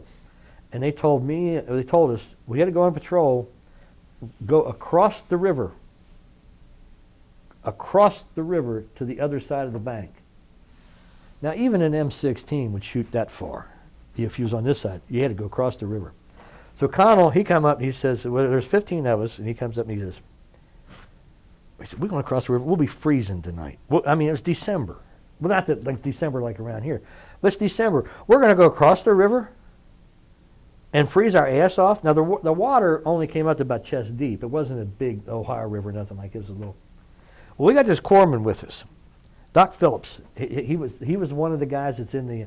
His utility jacket went down past his knees. That's how short he was. He just barely did make the height requirement for the Navy. Doc Phillips is with us. That man, if he didn't get a Navy Cross or the Medal of Honor, nobody should ever get one. He had more guts than anybody around. But Doc, this particular day, we go across, we get up to the river. Connell says that night we're sitting in, there's no need to go across the river. We talked to him about it. There's no need to go across the river. Even if they have artillery coming in or mortars, damn, they got to be better than that. That was only like 20 feet wide. Gotcha. Connell said, that's right. We'll just set in here. Radio got up. We're looking for, nothing's going on. The whole night we sat out there, nothing happened. Daylight. They call us, tell us, come on back in. Colin gets up. Okay, we're going back in. So everybody gets up and gets ready to go back in. We started going. Colin said, wait a minute. Wait a minute. Everybody get in the water, chest deep, because we're going to go back. They know we have to be wet if we was on the other side of the river. We come back. So everybody goes in, we get in chest deep. So I can still see Lieutenant Gavlik looking at this coming back. We coming back up the line. We're going to go get something to eat. And Lieutenant Wainwright, Lieutenant Gavlik were standing there. Gavlik was the CO. He was first lieutenant. We're walking past them all. Lieutenant, he comes over. Connell, hold up. Come here. Yes, sir? Explain that. Explain something to me. He said, did you go across the river like I told you? Yes, sir, we went across. He said, you went across. All of you went across the river, set in over there on the other side of that riverbank like we instructed you to do. We're all standing there. We're all going, shit, we're all wet. Yes, sir. Doc, come here. Doc is this tall. He's chest deep. So his uniform, instead of being over his head, he's down to like this, like this. How in the hell is he just chest deep in the water too? What'd you build a bridge for him? Kind of goes, how'd you do that, Doc? We were caught. It was like, this is it. Lieutenant Gavlik, he was pretty cool. It was, they put us up in a place, we had to go to Camp Carroll Bridge. Our battalion commander, who's still alive in C4, he came back from Korea and he was in recon, and he wanted to get a line. He had to get a battalion to get promoted. He was going to stay in. He wanted to get a battalion.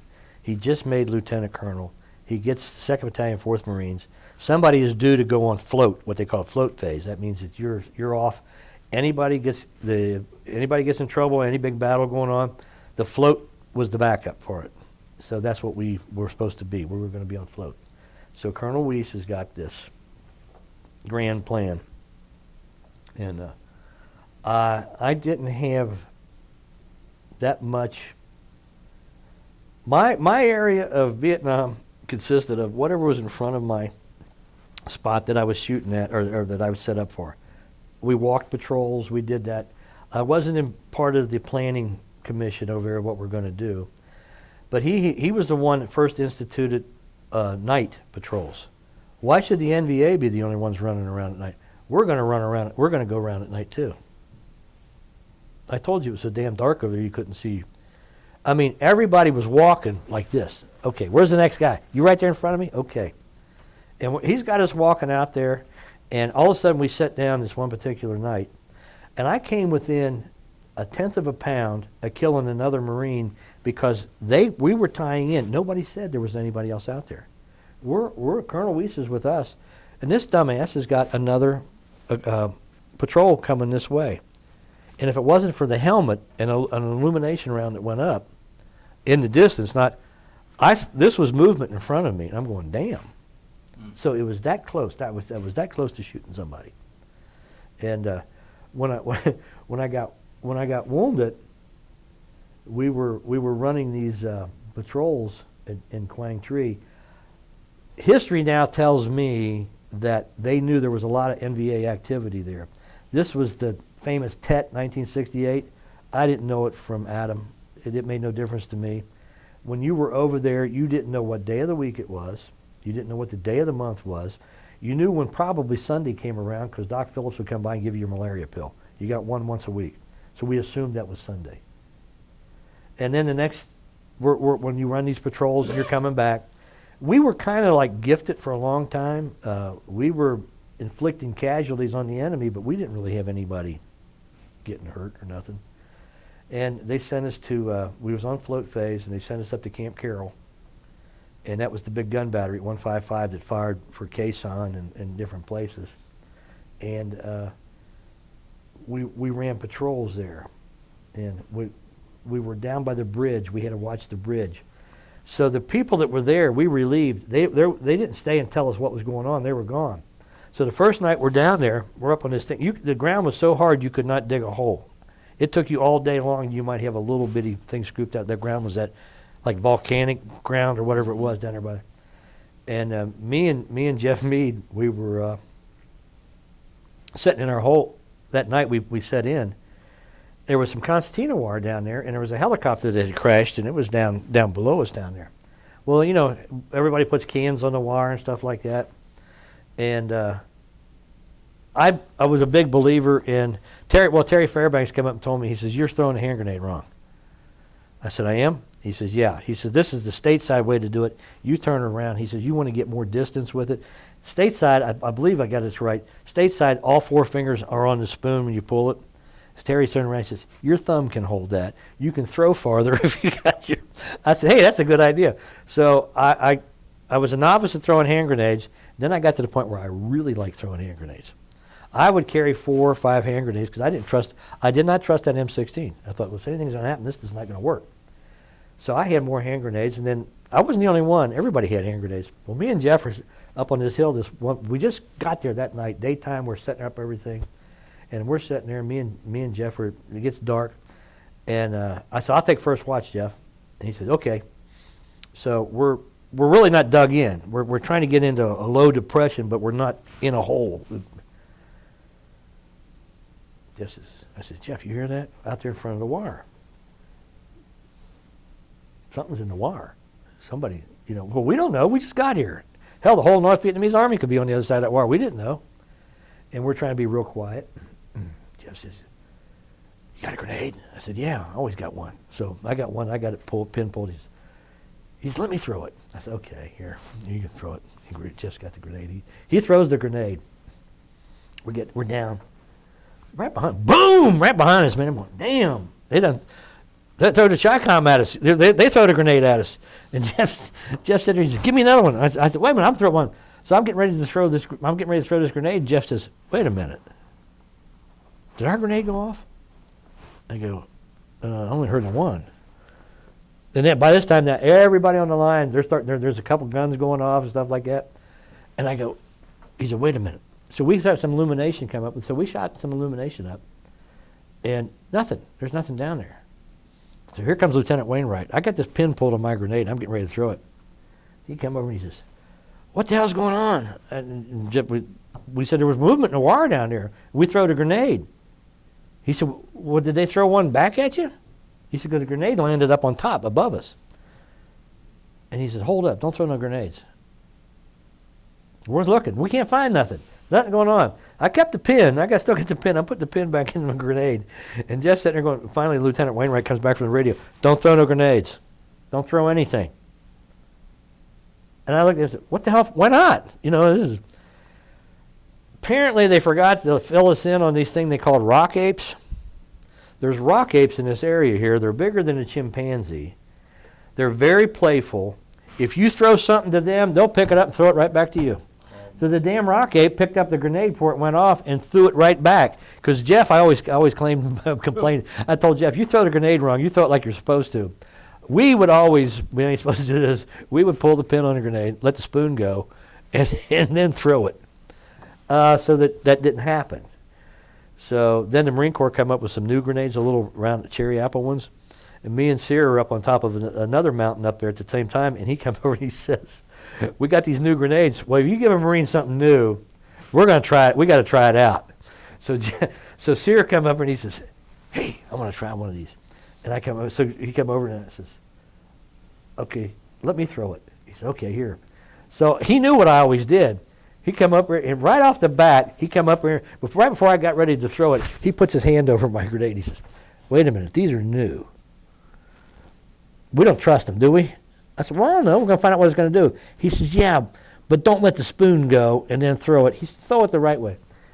Ray, I threw that grenade the right way it's supposed to, and that damn thing went off practically before it left my hand. They had defective grenades, and they pulled them all back in on us like that. Otherwise, me and Jeff, you wouldn't be here, or me and Kenny, we wouldn't be here making no film today. But, it was more fun than anything over there, and I know my kids are going to want me to tell this one story.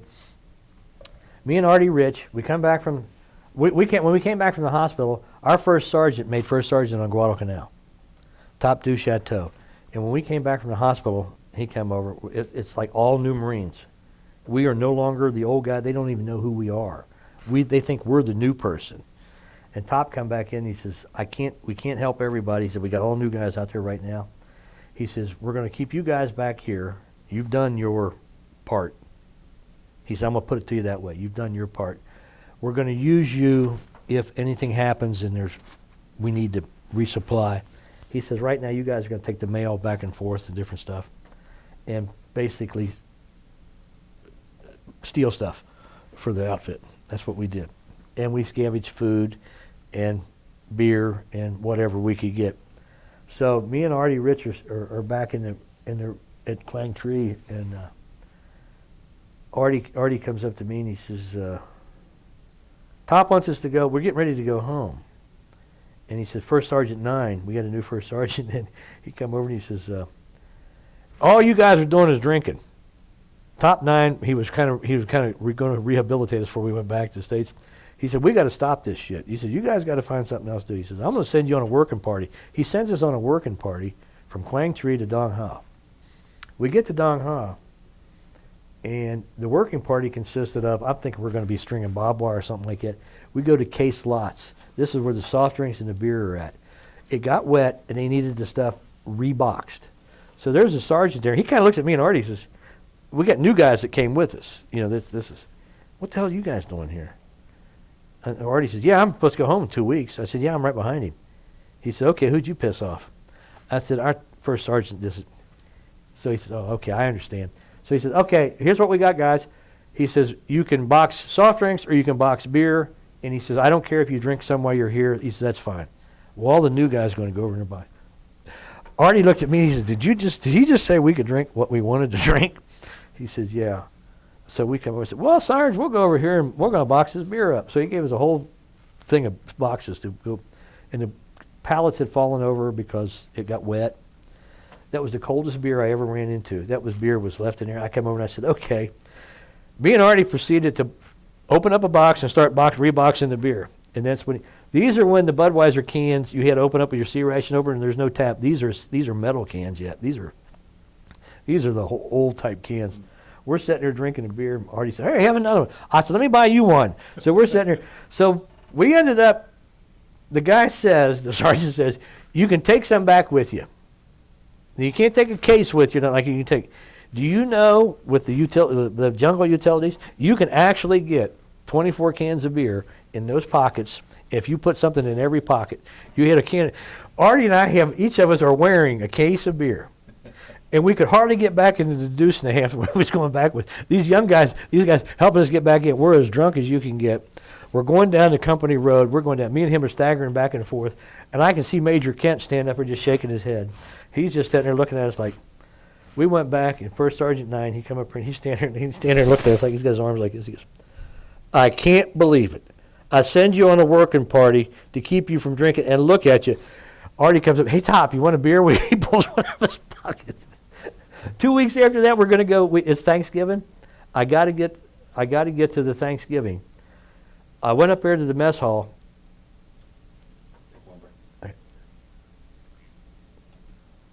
We're back with part 2, and we were just discussing Thanksgiving. But if I could, Paul, interrupt you.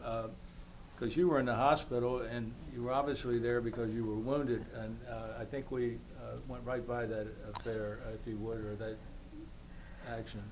When I got wounded, this really starts the bad part for 2nd Battalion, 4th Marines.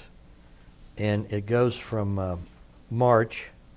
I got wounded March the 7th, 1968, excuse me.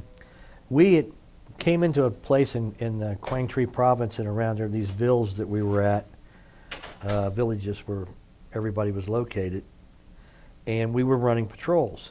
Well, the first time we ran a patrol, actually the first time we ran a patrol, me and Kenny Sear, we had to check out hooches, and the way they did that was everybody would sit back, and this particular sergeant that I was talking about, he came by and he says, set some M60 machine gun up. And the guy's from California, or from Chicago. His name was Convoy.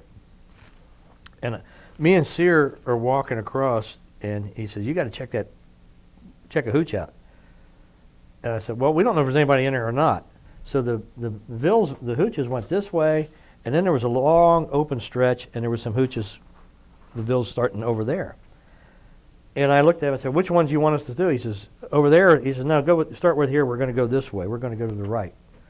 So the whole Fox company is online, and we're down there, but we're going to start checking this first hooch out. And I'm going to go check the first hooch out, and I hear him tell Convoy, he says, the first gunfire you hear, open up on the hooch. And I come around, I turn around and say, wait a minute. I said, that could be me in there. If I go in there and there's somebody in there, I get to drop on them. I told Convoy, I says, let's don't do that. And the sergeant said, you heard what I said. I don't know if I'm going to say that. Anyway, I told Convoy, I says, if that happens, you know where to point the machine gun at. Which, Convoy said, don't worry, Webb. We'll take care of you. So we went in, and it was uneventful. I checked the hooch out. There was nothing in there. And, this jackass sergeant came up. It was my fault, though. When you check the hooch out, you took a pistol. I didn't have one, so he gave me his pistol to come up here. The only thing is he didn't chamber a round in it. Now you're out where we're at. Everybody chambers around. He didn't have one chambered. So if I get down in there, and there was a dugout in the hooch, but it didn't go anywhere. It's just like somebody dug a little hole. There was nothing in there, and I came back up out of there and go, you didn't have a round in the damn chamber. Oh, I didn't? Yeah, you didn't. It was kind of like we had this love-hate relationship going on between us for the whole time. Yeah, this is the same. He kind of knew, and everybody knew what he did, and this went on for months, and it was like, this is not, you're not my best friend over here. So then Kenny went up. He checked out the next one. He went up and checked out the next one. So that night, March the 6th, we set in, and we're on hole watch, and we're like the perimeter. We set the perimeter up. Me and Jeff were together. Jeff was the M79 man, and that was the big blooper. He shot the hand, the grenades there. And we came back, and he set in with me that night, and we found a piece of sheet metal we put over top of us because it was raining a little bit. And I said, hey, this ain't bad. Well, when the mortar rounds started coming in, I told Jeff, that's just extra shrapnel. So we threw that sumbitch off, and we got in the hole. And then the next morning we came back in, and we got. And they said, well, we're going to move out from here to another area. So instead of just taking your bandoliers, your cartridge belt, stuff like that, like we would for a short op, like we had our field jackets, and I tied mine up on my back, and I had some cans of food and stuff in it. We're going back, so I can't. You got your pack that you got, plus my field jacket up on top, so that's sticking up on top. And Lieutenant Dameron was our battalion, or was our company platoon commander. He came out and he says, "We're going." We started going out the gate. We went out the barbed wire and we went across this rice paddy. This was like walking in a Kroger's parking lot. This is how open it is. And again, I'm going back. Nobody's. Did anybody do any reconnaissance or anything like that? And Kenny's walking point. Then me. Then O'Neill. And I think maybe. Jimmy Floyd, or I don't know who was with us then. Me, O'Neill, the four of us, and Lieutenant Dameron was a couple people back. And he says, I turned around, we're walking across this rice paddy, and I yelled back at Lieutenant Dameron. I said, hey, did anybody check this ville out that we're walking in front of? And he said, yeah, they said second platoon, Echo Company was over there, and second platoon of Echo Company was coming out. Well, Gary Von Haney, a friend of mine, was in Echo Company. Well, you had to come out this gate. And I've come up there. Well, I knew Scribe. I knew Gary. About the time I'm walking across there, I said, Lieutenant, Echo Company couldn't have been check this out. I said, a buddy of mine's in Echo Company. He's just coming out the gate now. Well, I'm sitting there. All hell broke loose. I mean, there was so many, everything. I think everything they hit over was a machine gun. And they got mortar rounds coming in, and I jump in this one rice paddy. The unusual thing about it, at the time we didn't pay any attention to it, there was no rice, there was nothing in this rice paddy. And I'm up against the dike, and there's a guy with a machine gun up there. He's just shooting, he's hitting the dike, because he could see this my damn field jacket up above it. Well, this was empty for a reason. This was an aiming stake for their mortar. The NVA was all dug in this whole damn thing over there, and they were waiting for us to come through. And we did. We walked right across in front of them, and they were using that for a distance marker. They knew how many meters that was. So they was putting mortar rounds in. So Doc Ski, Kenny Sear, they got wounded right off the bat with some mortar rounds that came in. O'Neill, he got some lacerations from a RPG. I come up, and I'm shooting at one guy, and I thought this first time I'd seen an RPG launcher. I'd never seen one. Well, he didn't have the rocket on it. I said, well, this dumbass has got a shotgun. Well, I'm going to shoot at this guy over here. Well, that's when the guy put the RPG on it. He shot. It landed right in front of O'Neill. I go, oh, Mike, I'm sorry. He goes, he turned around and looked at me. It was like his face was all black. He come over, what the hell was that? I said, I don't know, but it was loud. And he was up in his rice paddy. Sear was over here, and I'm in mine. And the next thing I know, I'm sitting there, and I'm reaching down to get the magazine out of my pocket, and there was water in it, and a mortar round lands right next to me. I didn't know it. It blew the whole back out of my flak jacket. I mean, it blew it out, and it was even smoking. And I'm turning around. Lieutenant Dameron was behind one of the graves over there above ground. He was over. The look on their faces was like, "Oh my God, you're dead." And I'm going. I'm coming up going, what the hell? I said, I got this pole in my hand. I can't get turned around because I can't move. Some of it, I guess, kind of locked in a little bit. I got this ringing in my ears, and I'm going, okay, I can't move. And here comes Jeff jumping up there. He helps get my pack off, everything off of me so I can get turned around and get back out of there. If that wasn't for him coming up and doing that, I'd have never made it out of that rice paddy. But he just came running up, and he was laughing. He said, "Whoo, that was close. That was close." And that's just. I said, "You ain't kidding. It was close." And I still don't know how bad this is. I don't know that it was. And we get back and back. We're behind a grave, and I got my M16, and I can't shoot. And Jeff says, he's up on top of the grave. He says, "Let me go ahead and shoot." Well, we left a piece of cleaning rod down in my barrel, and Jeff gets up there and he's shooting. Now he's an M79 guy, so he doesn't shoot rifles that much. And you never heard of, whoa! And Jeff goes, "The hell you got loaded in this thing?" I go, "What the hell was that?" It was a piece. It was just a piece of cleaning rod that when you get. Sometimes you didn't have the whole piece. You had this one section. You could just throw it down in there hard enough and dislodge the round out of there. And Jeff always did this one. He didn't even know he was doing it. He would his nose moved. He did. It was like a tick or whatever it was. He said, "I do not." I said, "Yes, you do." This is that was. The last time that I saw Jeff was killed March the 12th, 5 days later, and I don't know it because I'm in the hospital. I got medevaced out, and when I came back, to me that's when the war in Vietnam ended. I mean, it was like he's not there. I was coming back to see Jeff. I wanted to come back and see Jeff, and one of the scouts I met in Da Nang, Bingenheimer, he came up and told me. I said, "Hey, how's Jeff doing?" And I was looking at Stars and Stripes, and I never saw his name in there. He said, "Well, Jeff got killed." And I said, "No." Then it was just, Ray, it was like, this war it's useless. Top, he told us, he says, "Look, I was in World War II." And he says, "I was in Guadalcanal." And he was in the reserves. And I never, like I told you before, I never did the arithmetic. It had only been 25 years from the end of World War II to me and him talking in Vietnam. So it's like, what the hell's going on here? We're back in another war. Plus, you got Korea in between here. And Top says, he looked at me, he says, that's what he told me and Artie, he says, I want to tell you guys right now, he says, they haven't got a clue what they want done over here. We do our job, but the politicians do not know what they want done. Westmoreland wanted body count. General Krulak come up and he says, that ain't the way you're going to win these people over. General Krulak got fired by LBJ because he came up and told him. He went back and told him. He says, your policy isn't worth a damn. Right. Well, LBJ didn't want to hear that. Right out of the Oval Office, him and Westmoreland were the top senior people. If you ever read General Krulak's book, he actually was the reason why he got the Higgins boat. It was him and Higgins that went together and on the design of it. They designed it, and they used it. And he was the first one to use helicopters in Korea. He was the first one to bring the helicopters into Vietnam and use them like they was being used. In fact, I think it was Chu Lai is the base where they were at, where they did a lot of the helicopters. And Chu Lai is not, I think Chu Lai is not a Vietnamese word, it's a Chinese word.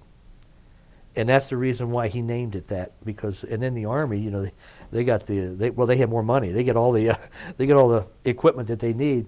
But it was General Krulak. How do you spell that?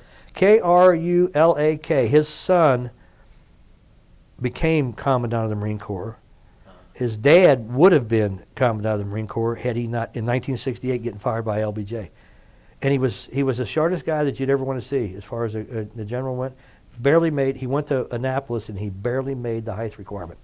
In his book he says somebody hit him with a 2x4 to get a knot on his head to make the height, legally make the height requirement. Whether that was true or not, I don't know. Yeah. But he was responsible for the Marine Corps being still here. And he came up, he just said, he told LBJ, he says, you're wasting my Marines. Right. He said, we're not doing anything, and we won battles. I mean, if that's what you wanted, and everything we went in, we won them. But we wasn't going to win a war because he says, that's not our job to win this political fight that you're in right now. Right. And if the people didn't want to do it, when you got over, you found the people could care less, Ray, when we was there. They could care less who was in charge, who was winning. They made no difference to the actual Vietnamese that was over there. Guy from the north is going to come down and steal my rice, so the guy from the south is going to tax me. That's the way it went. I never saw a built-up area. I never saw when I got over there was no electricity. The people didn't have any electric. They were just the same way they were, I guess, for 1,000 years. Right. And after being there for a while, and then, like I said, when all of the effort that everybody put in, and when you take good guys like Jeff and Willie and Washington, and they get killed for somebody's stupid idea that they're going to keep the Russians at bay, that's not happening. Right. And now you've got a war with some people that are as fanatical, I think, as the kamikaze pilot in World War II. Absolutely. That person is not going to stop. And you're not going to stop that person with talking to them. I don't care if 80% of the Muslim world or 90% of the Muslim world is not that way. You got 10% that are, and if that's a billion, that's over a million. That's a 100 million fighters. Well, hell, there wasn't 100 million people in World War II on all the sides that was under arms. And you got people that are not qualified. They're not. They're just not qualified to make these decisions. And you got people that are making. I see good generals in the Army that are practically told, I guess, to shut up. Yes. And do what this administration wants or that administration wants. And if your goal isn't to be successful, then you're just like, I see what General Krulak, he was like beating his head against the wall. He said in the Battle of Dai Do, which this is one part that happened to me that is totally, I go back from the hospital, I came back from the hospital and I went back out to the field. And this is the reason why I ended up in kind of the rear area. It's the most personal thing that I can't get I can tell you, but people can't relate to it. I came back from the hospital, I get back on the ship, I get some gear, I'm back. 2 days maybe from I'm back out in the field from the hospital. I got discharged from the hospital in Cam Ranh Bay, and what I'm finding out now, like I told you earlier, was I think there should have been they're saying now there should have been a longer period of time where I could get reacclimated. But I came back from an air-conditioned hospital area. I'm back on the ship with the float phase. I get my gear, and I go right back out to Fox Company. I walk into Fox Company, and this same sergeant now, we're good buddies now. Because when I came back, I got all new clothes. I got new utilities, new boots. I looked like the guy that just came off Okinawa, and here I am. And I've been there about 6 months. So I got a new company CEO. Well, the sergeant comes up and he says, he's introducing me now. I see this young Marine that's got my flak jacket. That's the first time I saw how bad it was. The whole back is blowed out of it. My name, Webb, is still on it. I'm looking at that and I'm going, damn, I got a new flak jacket. And this young guy, he was enamored with having this piece of, I don't know what he thought he had. Right. I came up and told him, he said, man, you can't have this back. He said, man, this is my lucky flak jacket. I came up and told him, I said, I'll tell you what, buddy, I think the luck's out of that. If I was you, I'd get a new one and throw that one away. I said, there's everything that you need in that back of it. My whole backbone would have been blowed out if I wasn't wearing that. I mean, it was just, I don't know how I ended up with one piece of shrapnel out of that whole thing. And I go up there, and we got another Captain Butler. He's a young guy. Like I said, I run into more butlers in the Marine Corps. And I went into him, and he was introducing me. He says, well, he thought I was a new guy. He was another new guy come up here. And Captain Butler was shaking my hand. He says, welcome to Fox Company. I said, well, thank you, Captain. I said, yeah. And that's when the sergeant came up and says, you don't understand, Captain. He says, he's one of our old guys. He's been here about 6 months. I didn't think the man was going to let my hand go. He just came up. He says, really? He says, can you tell us about the area here? I said, I can only tell you about the area that I was in. And I said, I can tell you a little bit, but I could have had a squad. I am a PFC. In fact, no rank. And underneath our collar, there was 4 of us. We used to be shipbird number 1, shipbird number 2, 3, and 4. And Lieutenant Wainwright, that was his. He says, "There's my shipbirds over here." I said, we were proud to be. And he come up and he says, you go out, you do your patrols, you do what you're supposed to do. And when we came back this time here, it was like, I got a bunch of new guys that don't want to listen. And they absolutely thought there was nothing going on there. And I got the hair on the back of my neck just standing up because this is the same place. I got all these images in my head of what went on here and where. And I even walked up to my old hole that me and Jeff had the night before. It wasn't, you know how they get, it's not clean, sharp edges anymore. It is just kind of hollowed out. And I just stood here and I just looked at that. And I'm looking at these guys here. They would not listen. They wouldn't. I went out on a OP with a guy. And when we set our OPs up, I was always trained, okay, if you're going to set your OP up here, you walk about 20 meters up to make sure there's nobody sitting up there. Right. And then you come back. Well, I told him, I said, set in here. And he said, where are you going? I said, I'm going to go up make sure there's nobody. There's nobody up. There's nothing up there. There's nothing going on. I come up and I said, I don't know, how long you've been here? Well, I think he kind of thought that I was only here just a few days too.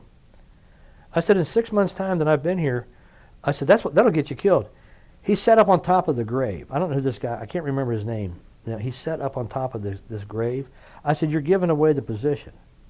We had a radio come back, and I came back and I said to him, well, we got a round. We got shot at. And he finally got off the round.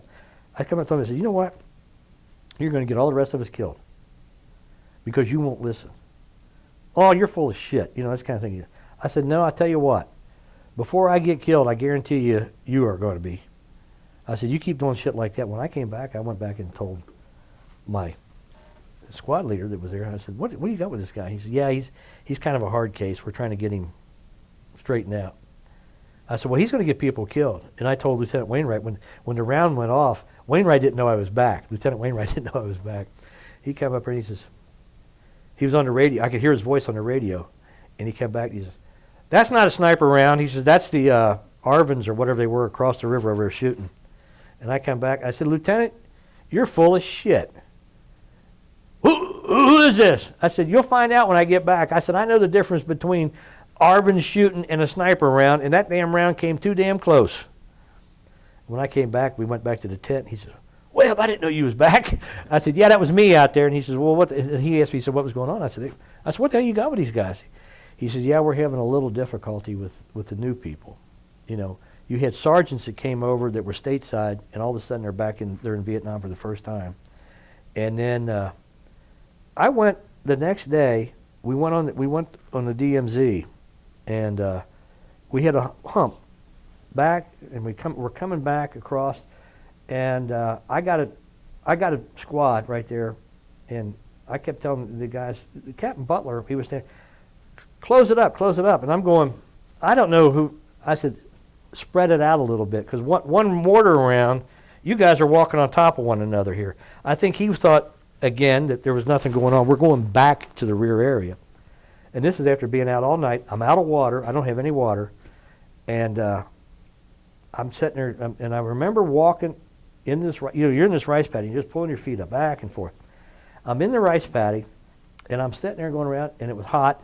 And it was one of these deals like, Ray, like I'm going, I'm getting dizzy. What the hell's going on here? And this is, sweat's pouring off of me, and I just go down. And I'm laying there. Doc Phillips comes running up, and Danny Stedman comes up. Webb, what's going on? I couldn't talk. I couldn't move my hands. Doc Phillips is putting salt tablets in my mouth and then putting water in it. I'm going, damn, Doc, you going to choke me to death or what? I don't remember a thing after that. What happened was they called a chopper in. Colonel Whis is with us. They throw my lifeless body on the helicopter, a C-134, the old the old top heavy ones, and they fly back out to our ship. We was on the Iwo Jima, and they fly us back out there because it's for the choppers now. That's our base for the choppers. And I get out there. I don't remember being there. I don't remember nothing. I'm laying in the sick bay, and I couldn't pick my hand up. I'm just laying there in the sick bay. Two things happen. Whether anybody believes it or not, I don't care. It happened to me. It's personal. I get back out there, and wherever I'm at, I'm laying there, is the most peaceful I have ever been. I have never been able to be that peaceful to this instant. From April, probably 30th, 1968, that day, wherever I'm at, the out-of-body experience, you believe it, don't believe it, whatever. I'm Catholic.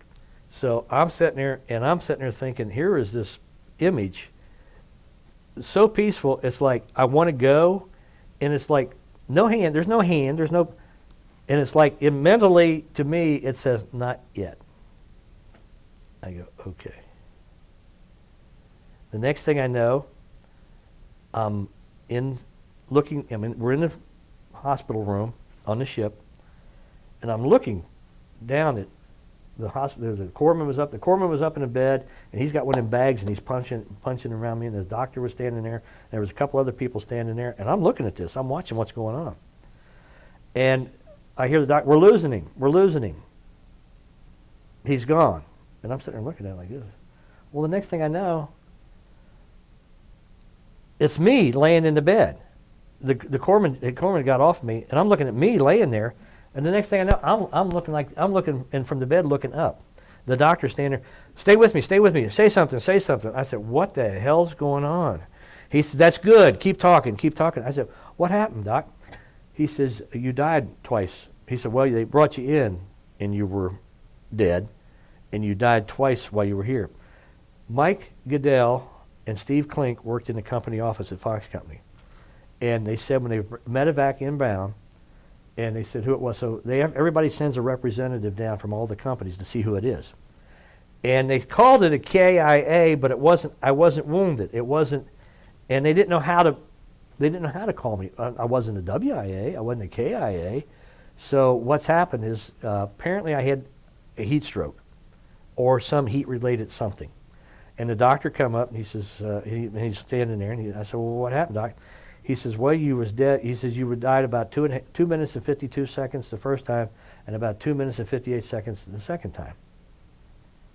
I said, well, what's going on? He says, just relax. He says, take it easy, talk. They run a catheter in me, which was not a fond friend of, and I couldn't figure out how when somebody hit the end of the bed, I'm going, ow, that kind of, what was that? And he says, well, that's when he says with the catheter. He says, we wanted to keep your kidneys up. And he said, we don't know how your mental, there's people today, don't know how your mental activity is going to be because we don't know if there's any brain damage. Right. And I'm sitting there going, wow. I've come back, and about, 45 minutes later, a guy comes in from the chopper, the door gunner from the chopper that I was on. He came up here and he says, let me tell you, your battalion commander's a real piece of work. And I don't know this guy from Adam. I said, what? He says, when they put you on the floor of the chopper, he says he just put his feet up on top of you. They assumed I was dead. He just put his feet up on top of you. And the doctor, when he came back in, he says, probably what happened, the helicopters vibrate so bad. He said that must have just kept your heart beating enough. Because it was about a 20-minute flight back from where I was at. I don't remember being on a helicopter. I don't remember nothing until that first instance like that. I'm going, to me, I'm hoping it was the Blessed Mother saying, Yeah. okay, not yet. I don't know what you got for me to do, but not yet. And that was the most, whether anybody wants to believe in the hereafter or not, I can't make you believe in it. Right. I've got no problem with it. I know there is one. And this problem is getting from here to there. So that's what we all got to work on. And then after that, that's when we went back out. Well, somebody pronounces you dead. The doctors are sitting there going, okay. And then after that, they sent you back out on the front. Yeah, I went back out, and then we was back out again, and that's when they pulled us back. Me and Artie Rich both came back from the hospital. Well, I went back from that, and I went up to the company office. I was getting my gear, and that's when they decided, wait a minute, you can't go back out. The most fortunate thing that ever happened to me was that day, April the 30th, one of the last big battles in Vietnam happened at a place called Dai Do. That's where the 2nd Battalion, 4th Marines, that was the last one. That's where Colonel Whis got his Navy Cross. That's where Captain Vargas got his Medal of Honor. That's where Captain Livingston got his Medal of Honor between May the 1st, May the 2nd, maybe the 30th, and maybe the 3rd of May. Everybody, that was it again. It was everybody. There was people coming in, medevaced in. I don't know how many people got. Well, there was. You can look it up in the archives. It'll tell you about the Battle of Dai Do. It kind of got short play. They said General Krulak was there.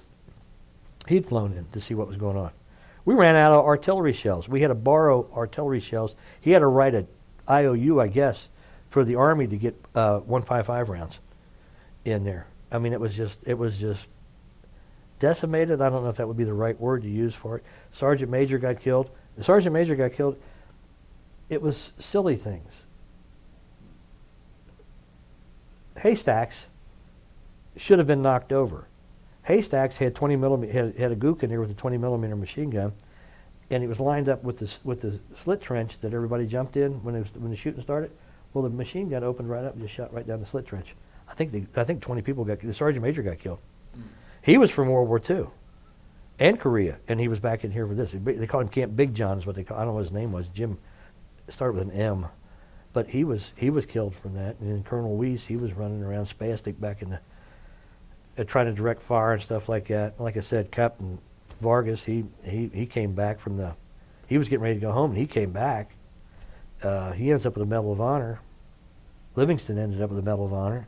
I mean, there was just people just. So after that, me and Artie really don't fit in anymore because all the new people coming in, it's like, these guys, we would have been too hard on them. And, it's that same thing that happens in every war. You're not making the relationship anymore with the new guys. You don't want to get, because everybody that you know is gone. So I think I'm the most fortunate person that's ever sat in a chair and interviewed for anything here, because I should have been dead a couple of times, and for the grace of God, no, I'm not. But So what happened to you next after that then? well, after that, that's when me and Artie we got into the rear area and waiting for our time to go home. And naturally, the one thing that a lot of people don't understand or can't believe, I guess, is in the good times you got plenty of food and everything. You got C rations, and the C rations, well, I don't like that peanut butter, and I don't like that. They'll throw it in the trash dump. Well, then when you start running out of food, you see guys going through the trash dump looking at, hey, I found a pound cake. I found some. So, we're always kind of scrounging around looking for some food.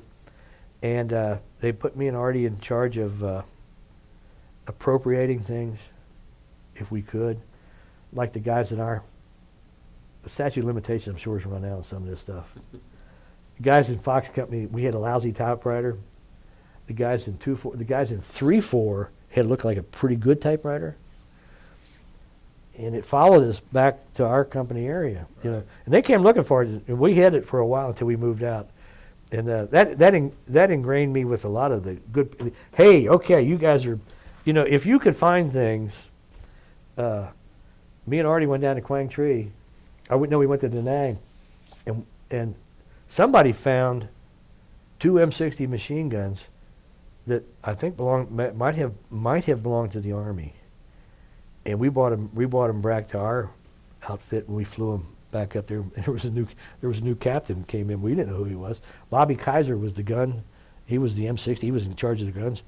Well, they was getting ready to go on an operation, and our stuff was wore out. I mean, our stuff was absolutely wore out, and there was new things that you could find at the store, I guess. You leave an IOU or whatever.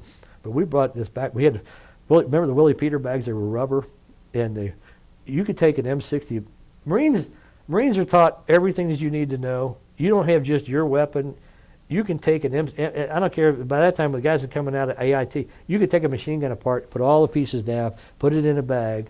The barrel was kind of hard to stick around, but you could put that back and bring back. We got these 2 Willie Peter bags. We're coming back from Da Nang. Nobody stops us. It was like helicopters were like taxi cabs. Hey, where are you going? Well, we want to go to LZ Vandergrift, or we want to go. Where's Fox Company at? Well, somebody went up. Well, Fox Company's up here on this. So we came up here, and we came back, and we get off the helicopter. We got these 2 bags. Well, this captain comes. What do you got? Well, figured he was some kind of officer or something because they don't wear rank out in the field. And Artie come up and he says, well, who are you? I kind of, Artie, I don't think that's the right way to go about this. What the hell's your name? Artie says, what's yours? Well, that's fine. The guy probably thinking this guy's nuts to start with, right? So here comes Kaiser and a gunnery sergeant that was with us. Hey, what are you guys doing? And Artie come up here and he said, hey, Bobby, I got you a Christmas present. And this captain is still standing there. What in the hell are you guys doing? And Kaiser come up and says, Captain, that's okay. I know these. Well, by this time, you know them? Yeah, they're kind of with us. They kind of find things for us. And Kaiser's opening up this one Willie Peter bag, and he comes up, and this M60 gun barrel sticking out of it. He comes over and he goes, that captain goes, what the hell is that? And Kaiser just looked and says, oh, you don't really want to know. He says, you're right, go away. So we went down, and Kaiser said, where'd you get this at? Artie comes up and says, I don't remember, we drink. But that's what we did stuff like that. We hung around until our time to go home. And this one particular, I missed the Marine Corps birthday. That's usually a big party. We was always in transit or something like that. And Thanksgiving was usually canned turkey or your turkey, sea ration turkey. So this particular year, it's 1968, and me and Artie are at the mess hall. And Ray, I just got so many. We come in the mess hall a little late. There's not many people there. And there's this turkey. The enlisted men is this side, and the officers are on this side. And there is this turkey, a real, honest-to-God turkey, baked turkey, in this pan, And I thought, I looked at it, and the more I looked at it, Artie says, what are you doing? I said, I'm going to have turkey. I'm not eating this canned turkey. Well, how are we going to do it? Probably the best thing I ever pulled off in my life. In the military, nobody keeps track of who's there. They just want bodies to be mess men that day. And you got a little white hat. I come up and told Artie, I said, come on. So we went out, and they get wet. So these mess men will throw their hats out. I said, get a couple hats that don't look too bad. He said, what are you going to do? I'm over here getting the cleanest garbage can I can find. I mean, I'm scraping it out. I come up and I told Artie, I said, put this hat on. I said, grab a hold of one handle. And we got a rag, and we're wiping off. The mess sergeant thinks we're the greatest thing going. Hey, he says, can you get that table? Yeah, we got it, Sergeant. We're gonna go over and get it. And we keep working our way up. When nobody's looking, I come up and say, okay. I reach up and grab that damn turkey, put it down in that garbage can. Out the door, me and Rich go. Well, we ain't even out the door hardly. We're going down the road. We got this turkey, and Gary Kearns, I think, was the guy that was in charge of the EM club for Fox Company. And we knew him pretty well. He come over and we're going down the road, and you could hear somebody. They absolutely sent the MPs to find that damn turkey, and we're down in, we're knocking on the door. Gary, let us in. And the front part of the bar wasn't open yet, but this is where his quarters were at in the back. We got this turkey, picked it up out of the garbage can, wiped it off a little bit. It wasn't bad. I mean, we set it down on that table, and he said, where in the hell did you get a real turkey at? Don't worry. And here's the MPs knocking on the door. Hey, and Gary opens the door. Hi, guys, what's going on? He says, we're looking for, you didn't see two guys running around with a turkey, have you?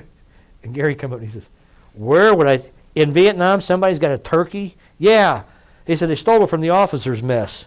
It's kind of like a fine line. It was on the border. It could have been our mess. It could have been the officers' mess, but it was a turkey. That was the best turkey. We're sitting down there, and Gary come up and he says, you guys have all the beer you want. We're sitting there eating this turkey. That was the best turkey that I have ever had since Thanksgiving's been invented. But no, I like I said, most of it, when you could get with some guys and laugh, it was doable. I kind of look at some of the guys now. Like I told you, I was just out at a Veterans Day thing at Highland Cemetery yesterday or Sunday, and this one guy was in there. He was trying to impress this poor little lady that was in charge of the coffee and the cakes with where he was at in Vietnam and when he was there. And he looked at my hat and he says, "Who are you with?" I said, "Well, it says 3rd Marine Division on it. I mean, you know." "Well, that's who I was with, 3rd Marine Division." "Who was you with?" I said, 3rd Marine Division. It's kind of right there on the hat. He says, "Well, I was there in 72 and 74. And he says, "I got a combat action ribbon." He said, "We were there for a month." And he says, "You were entitled to that." You know what the combat action ribbon is? It was like to replace. Well, the Army's got the rifle. Combat rifle. Yeah. Well, this is what the Marine Corps came up with. And when the first time they told me I had to get one, it was 79 cents at the PX. That was 2 beers. And I go over and I told we fought that for a long time. If you want me to have it, issue me one. No, go get one. You got to have that and put that on your. I could have cared less about that. And this guy was going on about. He was entitled to wear the combat action ribbon. And I just looked at him and I said, "Who really cares?" I don't. I got one if you want one. And I guess that's the one thing I kind of got from being around Bill Demetrius. It wasn't, no awards, none of that was really important. Just do what you're supposed to do, help the other guy out, and then everything's fine. You know, I don't need to reclaim, I don't need a recognition. And it's just, because there's more, like I said, for instance, Jeff Meade, his mom and dad and Willie Gallagher, they got a Purple Heart. They got the same Purple Heart that I got for a little scratch, and they got killed. So Purple Hearts are not all equal. Right. And I know that their parents might not have cared, maybe, because their son was dead. You know, it's not going to do anything. You can come up and give him the Medal of Honor, but that don't bring him back. Yeah. So some of the awards, I guess they're nice. You know, if anybody wants to see this in 75 years, I was scared. I dug holes. In fact, I dug holes so deep sometimes that I thought I was going to end up at home. If I dug a little bit further, I'd have probably made it home on a weekend, because that's how deep the hole I was digging. Well, when did you get shipped back home? I was there 12 months and 11 days or 17 days. Why the Marine Corps had 12 months and 20 days, I don't know. The Army had 12 months. But the Marine Corps had to do a little bit better. We had to do 12 months and 20 days. And that's, I came home, actually I came home on my birthday. I got to get home. And when I got at the airport, I was walking down the I remember now, December the 7th. December the 7th is my birthday. Of 60. In 68. So I was there from November 67 to December of 68. And almost 12 months and 20 days. Right. And when I come off the plane, Mr. Flesh, Bob Flesh, was walking down the corridor behind me. He said, "Hey, boy." You got to talk to me. "Hey, boy, Marine." I turned around. I said, "Hey, Mr. Flesh, how you doing?" He was shaking my hand. I didn't think he'd ever let go. He says, "Your dad's been up here every weekend." He said, "I don't know why he thinks you're going to be here on the weekend." He said, "I don't know." I tried to tell him. Where's that at? Covington at the CVG up at the airport up here. Oh, okay. He thought, because Bob was working as security up here when he retired from the police department. Oh, yes. He worked security at the airport. And he came up here, he says, "Your dad's been up here every weekend thinking that you're going to come home." He says, "In fact, this is the only weekend I haven't seen him." And that's when I went home and I said, "Hey, here, this is, but, Ray, I don't know.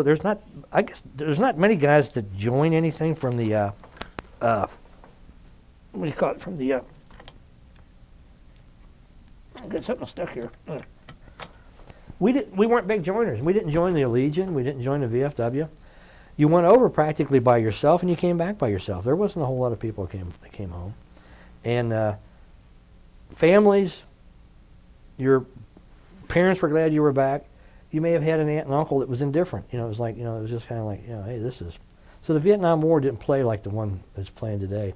And a couple of us had said the same thing Sunday. We were sitting there going, I really feel funny when somebody comes up and says, "Thank you for your service," and I'm going, okay. I understand your heart's in the right place. You're welcome, but I always walk away going, I don't know. That's really now.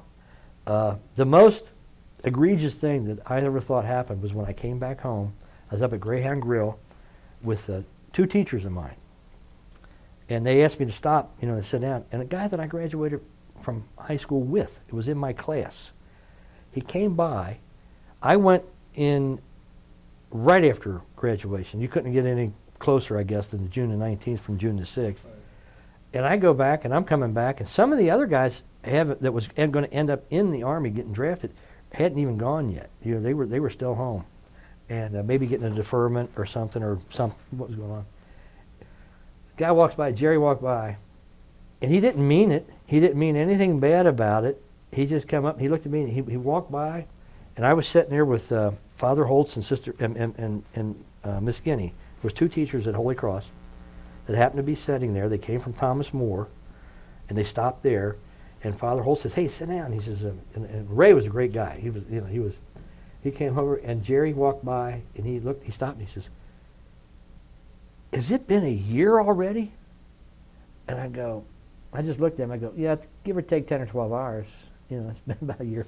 I don't know what the hell you've been doing, but it's been a year for me." And that's kind of that was like the cruelest thing that anybody could have said to. I would have rather had when the one kid come up and he says, one kid at Northern was going to spit on me because I said, "I can't stop you." I said, "Go right ahead."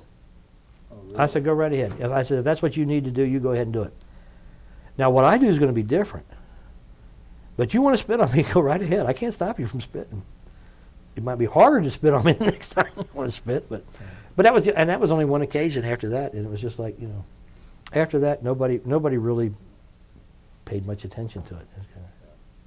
Well, it's almost like people wanted to get it off their conscience what had happened. Yeah. And what they put you through. Yeah. And put all of our men through that. It was.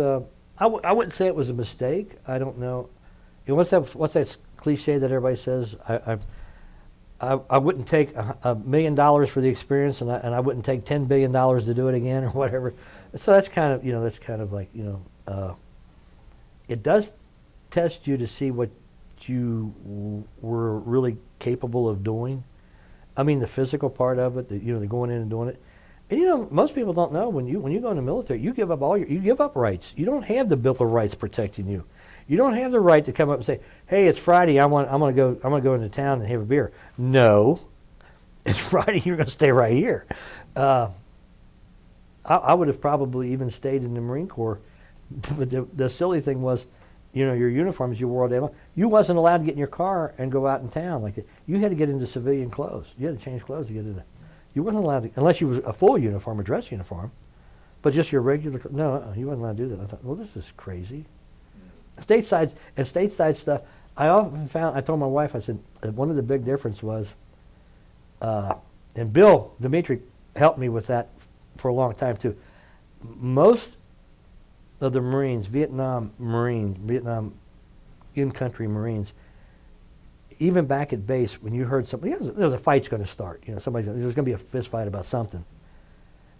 And the way the talk would progress was the stateside guy would say, "I'll kick your ass." The Vietnam, "I'll kill you." And that's their brand of fighting. Luckily, we weren't that gifted at some of the, I didn't have the martial arts semi-skills that Bill tried to impart on me. That was the difference. When you did the fighting didn't stop with just, you're not going to stop that way. The enemy has to be stopped fully. You don't sit there and put handcuffs on him and arrest him. And the one thing that I find is that a lot of these people today, everything has become so politically correct and we just let it slide. The policeman. The policeman gets up, and I'm going to call it a cartridge belt. Maybe it's a duty belt to them. When that guy gets up in the morning, he leaves his house and he puts that on. I put on a cartridge belt in March of '67, and every day that I put one on, with my magazines on it and everything, and somebody invariably said, "Let's go out and kill something." We went out to kill something. They went out to help something. Right.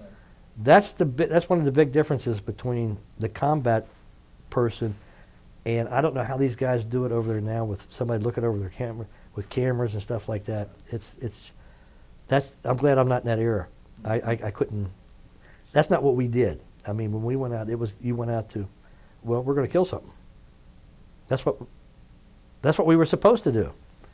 On another subject, before we close, you mentioned your wife. You talked to your wife. Who is your wife, and her name, and when did you meet her, and how did you meet her? Kathleen Elizabeth Seiler Webster. I met her. I didn't meet her right away. I mean, it was like 19. Did you know her before you went to the Marine No. Corps? No. Okay, so you Actually, the girl that I dated in high school and stuff like that, she married somebody else, and I'm out. I'm back up at Greyhound Grill. This is the place where everybody came. Right. It's 1973. I had known her. I had talked to her and stuff like that. We went out 6 weeks and got married in 6 weeks' time. Same priest. I go to Father Holtz, and I come up and told him, he says, you got to wait 6 months and get 3 statements from your doctor and 2 lawyers. And he came up and he says, he was at Thomas More. He was the chaplain at Thomas More at that time. And we went and made it. I says, "Hey, Father Holtz," and I knew him since he was ordained, because I was an altar boy, believe it or not. I was an altar boy at Holy Cross, and so I knew Father Holtz since the time practically his ordination. And he comes up there, and I'd seen him a couple of times since then, and he always wanted, how am I doing? I said, "I'm doing fine." I said, I'm not. I said, contrary to what they say, I'm not crazy. I said, that's some other veterans that might be crazy. I'm not. I said, so I'm pretty much straight. He said, "I'll keep my eye on you." So when I come up this one day, I told Kathy, I said, "Well, we got to get somebody to perform the ceremony." I said, "You know Father Holt?" She said, "Well, yeah, I know him, because she went to Thomas More." So she's going to go. I said, "Well, make an appointment." So she comes up here. She comes up here and gets him. He says, "Father, my fiance and I would like to meet with you we want to get married." He says, "Oh, okay." He says, "Sure." So he gets a date. Down comes up here. I walk in the room, and he goes, "Oh, God." He says to her, "Do you know what you're doing?" I said, "Hey, I'm right here."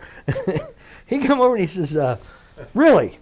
He says, "Kathy," he says, "You, really? Him?" I said, "I'm right here." Talk to me. So he come over and he come over and he says, one of the questions they asked was, "Have you ever been married before?" I said, "Exchanging money with some woman in Vietnam, does that count? What are we talking about?" He says, he just looked at Kathy. He says, "No." He says, "Are you sure?" Then he come up here and he says, "Yeah." So that was. So we went out for. We went out. I mean, we went out 6 weeks and we were married. We got engaged. When did you get married? October the 6th, 1973.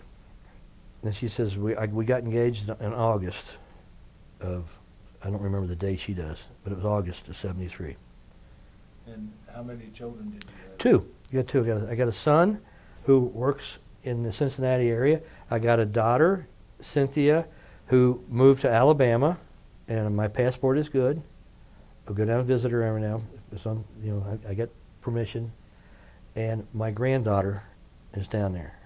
So What's your son's name? Paul Paul. Michael. Paul Michael, Yeah. not Paul E. Yeah, not Paul E. I came up to him. I says, and no, I didn't let him join the Marines. No, I didn't.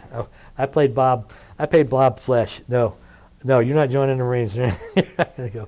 Thankfully, he didn't have to. He'll be 36. His birthday is December the 4th, and my daughter just had one in September, and I've been very lucky. Very, very lucky. Did your wife work? My wife works, and she works now. She is the supervisor at St. E's Hospital at night. That's all So I keep her working. right. Yeah. And what did you do for a living? I bounced around a little bit. I got out of the Marines. I worked for Ralph Dries in construction, and until he made me cement finisher, third step, third phase, third something for a nickel on the hour. And I told the guy that I worked with, Bob. Tough job anyway. Bob was he was a reserve sergeant major in the Marine Corps, and me and him worked concrete. And I made more money. Me and him made more money working after we got done working for people that wanted a patio put in or something when they Right. first bought that. I made more money working for him. I said, Bob, I can come up here and work for you. Make more money than I can working for Ralph. And so then I got a job with Standard Oil, and I worked with them for 2 years, 2.5 years. And then I went and worked at Bluegrass Foods for 17 years. Then I retired from the water district. I was unemployed for 14 hours. When I left Bluegrass, the day I left, I went out and signed papers to work at the water district, and I started the next morning. And are you retired now? Yeah, I'm retired. When did you retire? I retired in 2009. 2009? Yeah, 2009. And you retired from the waterworks? From the company? waterworks, yeah. Yeah. Well, this has been a wonderful interview in more ways than one. Your humor helps you get over some of the things that you went through. I can tell that,